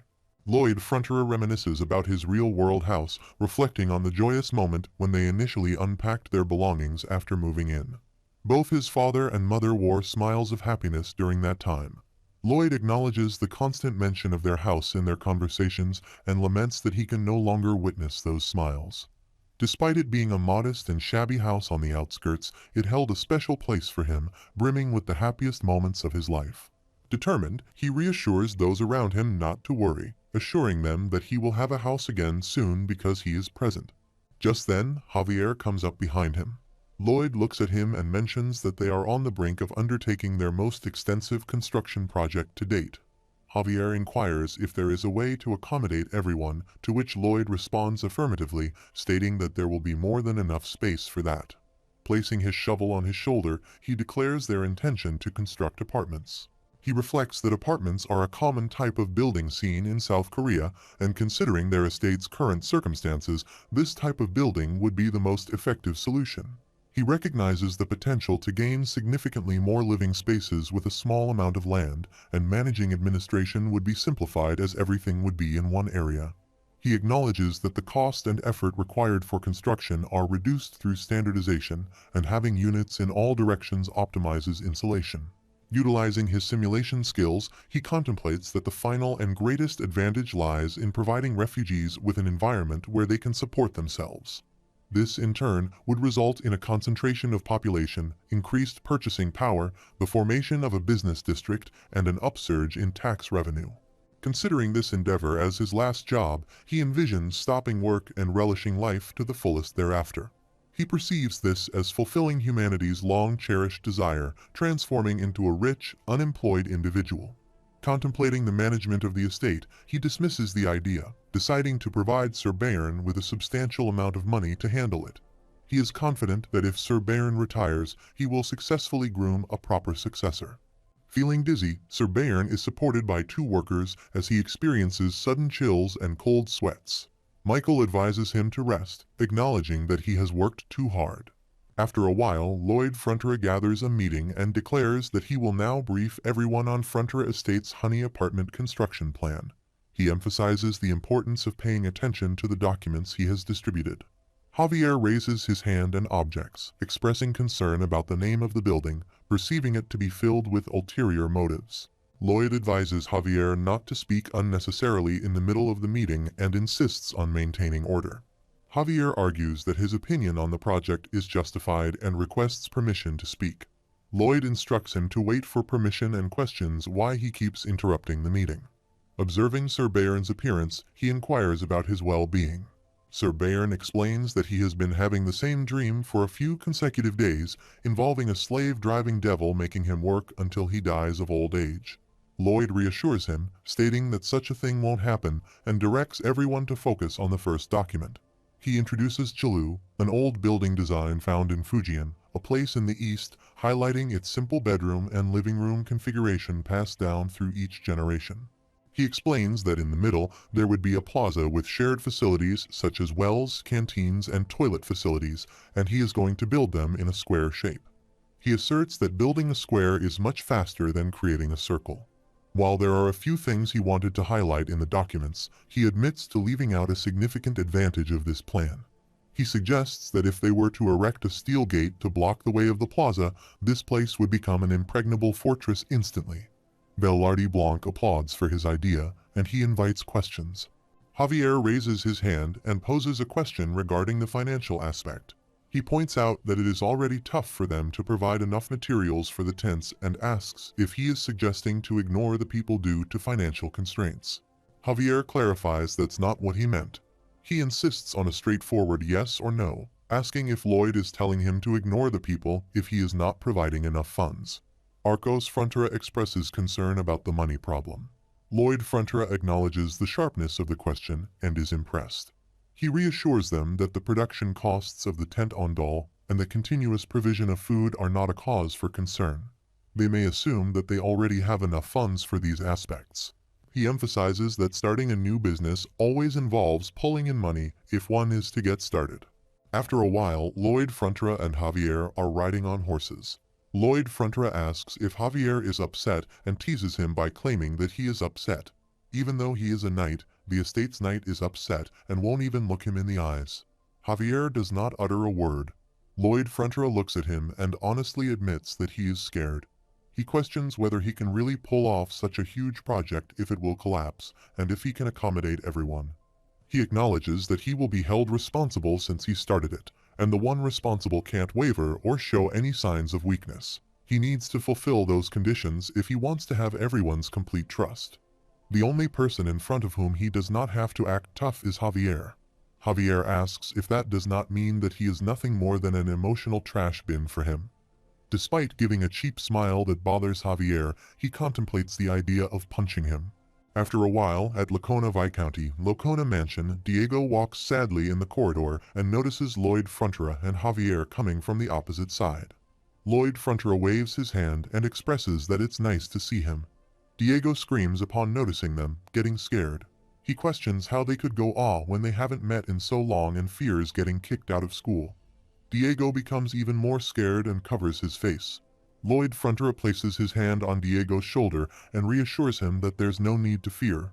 He adds that he is here to help him return to the academy, though the success of that would depend on how his father acts, said with a hint of anger.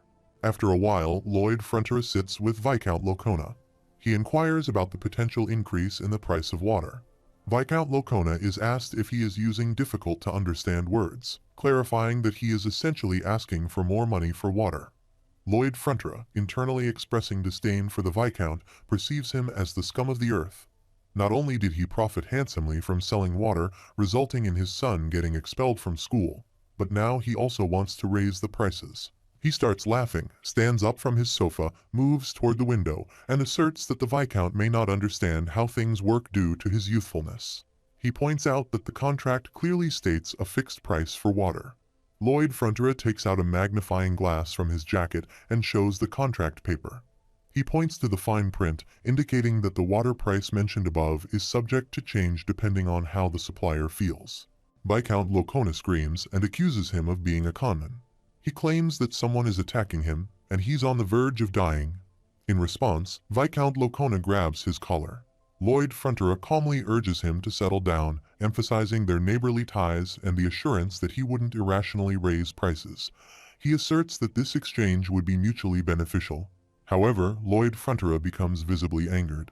Lloyd Frontera proceeds to outline 2 key points. Firstly, he mentions the destruction of 70 estates due to the monster domino effect, resulting in a surge of refugees to his side. Despite the influx, he rejected them all, highlighting that if he hadn't, it would have disappointed their queen. Viscount Lacona contemplates this and realizes that sparing him is the intended profit. Secondly, Lloyd Frontera expresses genuine concern for Viscount Lacona and states that he must convey something important, and if he writes a letter to Her Majesty, there might be a chance for Diego to return to the academy. He is filled with anger and demands to know how much more he needs to give.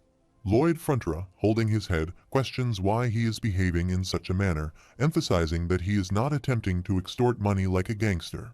He expresses the hope that Viscount Lacona will provide a little more money without causing any misunderstandings, ensuring their friendship remains intact.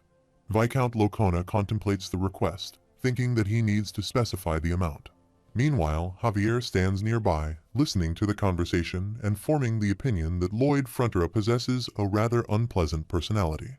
Lloyd Frontera politely requests Viscount Lacona not to feel pressured and inquires about the percentage by which he can increase the price. He assures Viscount Lacona that he will be grateful regardless of the decided amount. After contemplating for a while, Viscount Lacona hesitates with his words and suggests a 20% increase. Lloyd Frontera's expression changes, and Viscount Lacona, feeling uncertain, quickly revises it to 30%. Lloyd Frontera, now showing signs of frustration, bites his lower lip. Viscount Lacona, feeling pressured, looks at Javier, who signals him with his fingers. Finally, Viscount Lacona shouts that he will increase it by 50%. Lloyd Frontera, displaying another strange expression, makes Viscount wonder why. He queries Javier, confirming whether he instructed him to propose a 50% increase. Javier affirms by showing his fingers and indicating 5 times.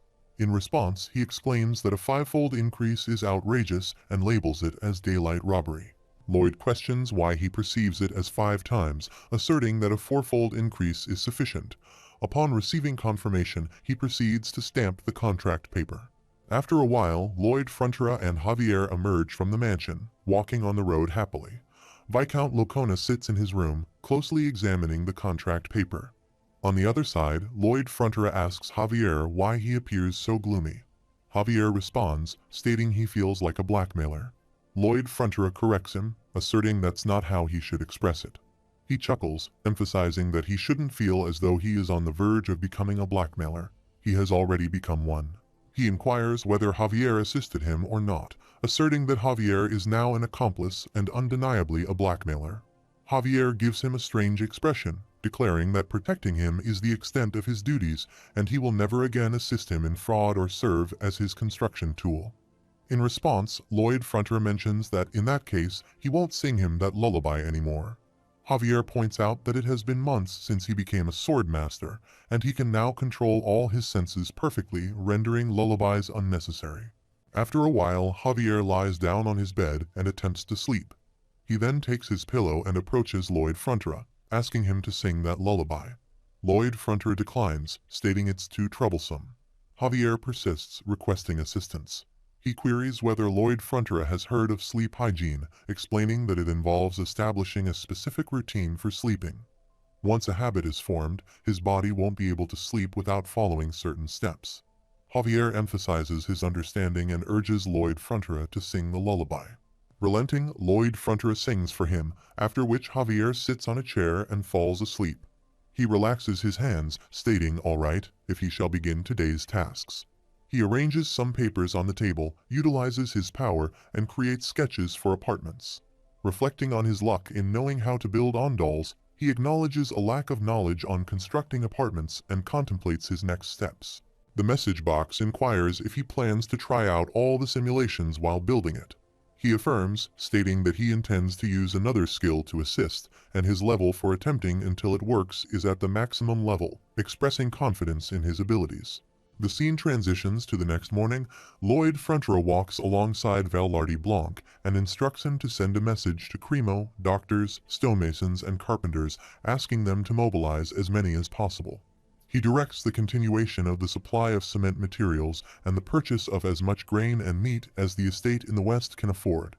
Presenting a simulation of the apartment, he mentions having 300 refugees this time, stating that taking in any more would be acceptable and they'll figure it out somehow. After some time in his room, he attempts to sketch something with magical power, contemplating the issue at hand. He wonders if the problem lies in the weight and ponders whether he needs to reduce the number of levels. Experiencing nosebleeds, he dismisses the idea, determined not to decrease the level of his honey apartment. His thoughts shift to resident stability, an active economy, and an increase in tax revenue. After a while, he stands with Sir Baron, placing his shovel on his shoulder. Baron states, based on calculations, that the only thing they will be able to afford in 4 months' time is the soldiers' overtime pay. He emphasizes the need to scale down the plan to something more realistic or to send part of the refugees to other estates. He reassures Baron not to worry, asserting that he will ensure ample funding. Baron is shocked to hear this. Just then, Lloyd Frontera falls down and loses consciousness. All of them are shocked and rush to pick him up, pleading for him to wake up. The scene shifts to the royal capital, Magenta. Queen Alicia Termina Magentano is on the fighting ground, surrounded by soldiers holding crossbows. She grasps her sword and prepares for battle. The chief soldier gives the order to attack, and they all release arrows. She utilizes her sword with a magical aura, breaking all the arrows before they can harm her.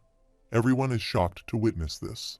She reflects on her only noticeable improvement being the ability to create aura faster, deeming it pathetic. Recalling Kyle's past attack on her, she resolves not to allow herself to be humiliated like that again. Suddenly, a servant arrives and summons her. She inquires about the matter. The servant informs her that an envoy from the Frontera barony is seeking an audience with her. She wonders if Lloyd Frontera sent that envoy and proceeds to the palace. Javier kneels there, holding a letter, and begins to read. The letter requests Her Majesty to hack this lowly and incapable vassal of hers to pieces. She contemplates the unexpected nature of the message and wonders what trick the sly fellow, Lloyd Frontera, is up to again. Javier is reaching out to the Queen's court, expressing gratitude for Her Majesty's wise judgment. Together, they manage to barely protect their estate.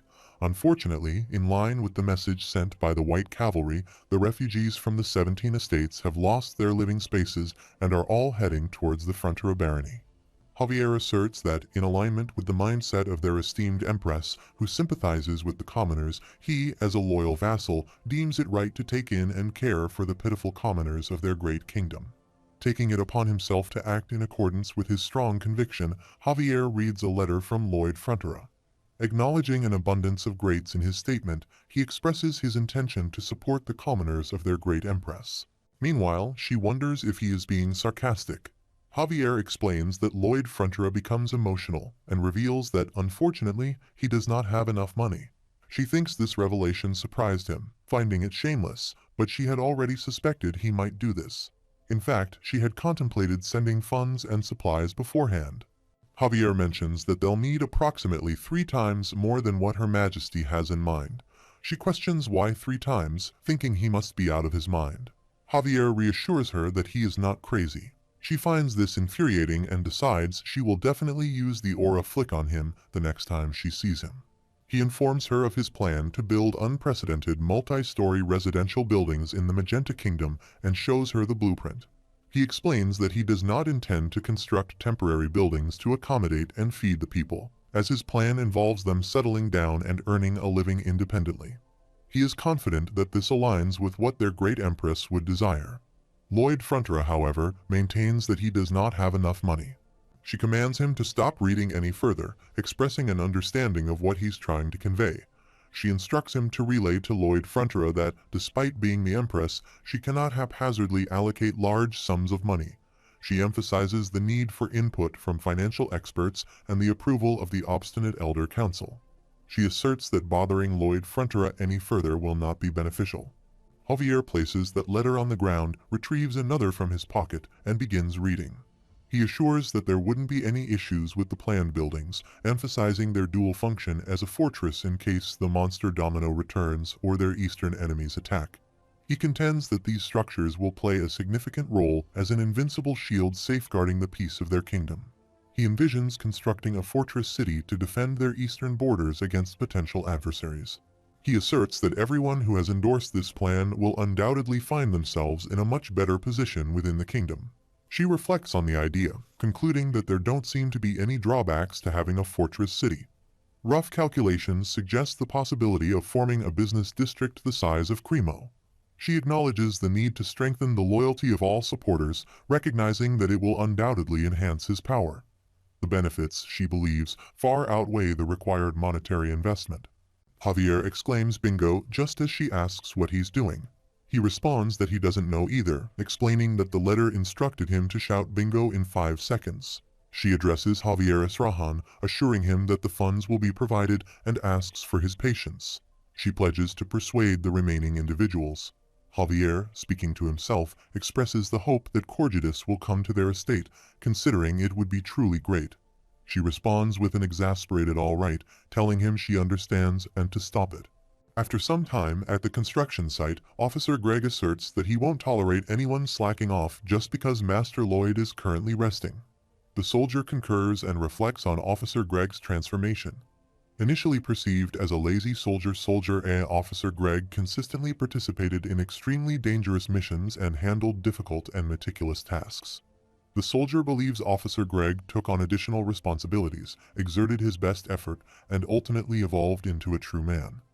This, he concludes, is the essence of Officer Gregg's character.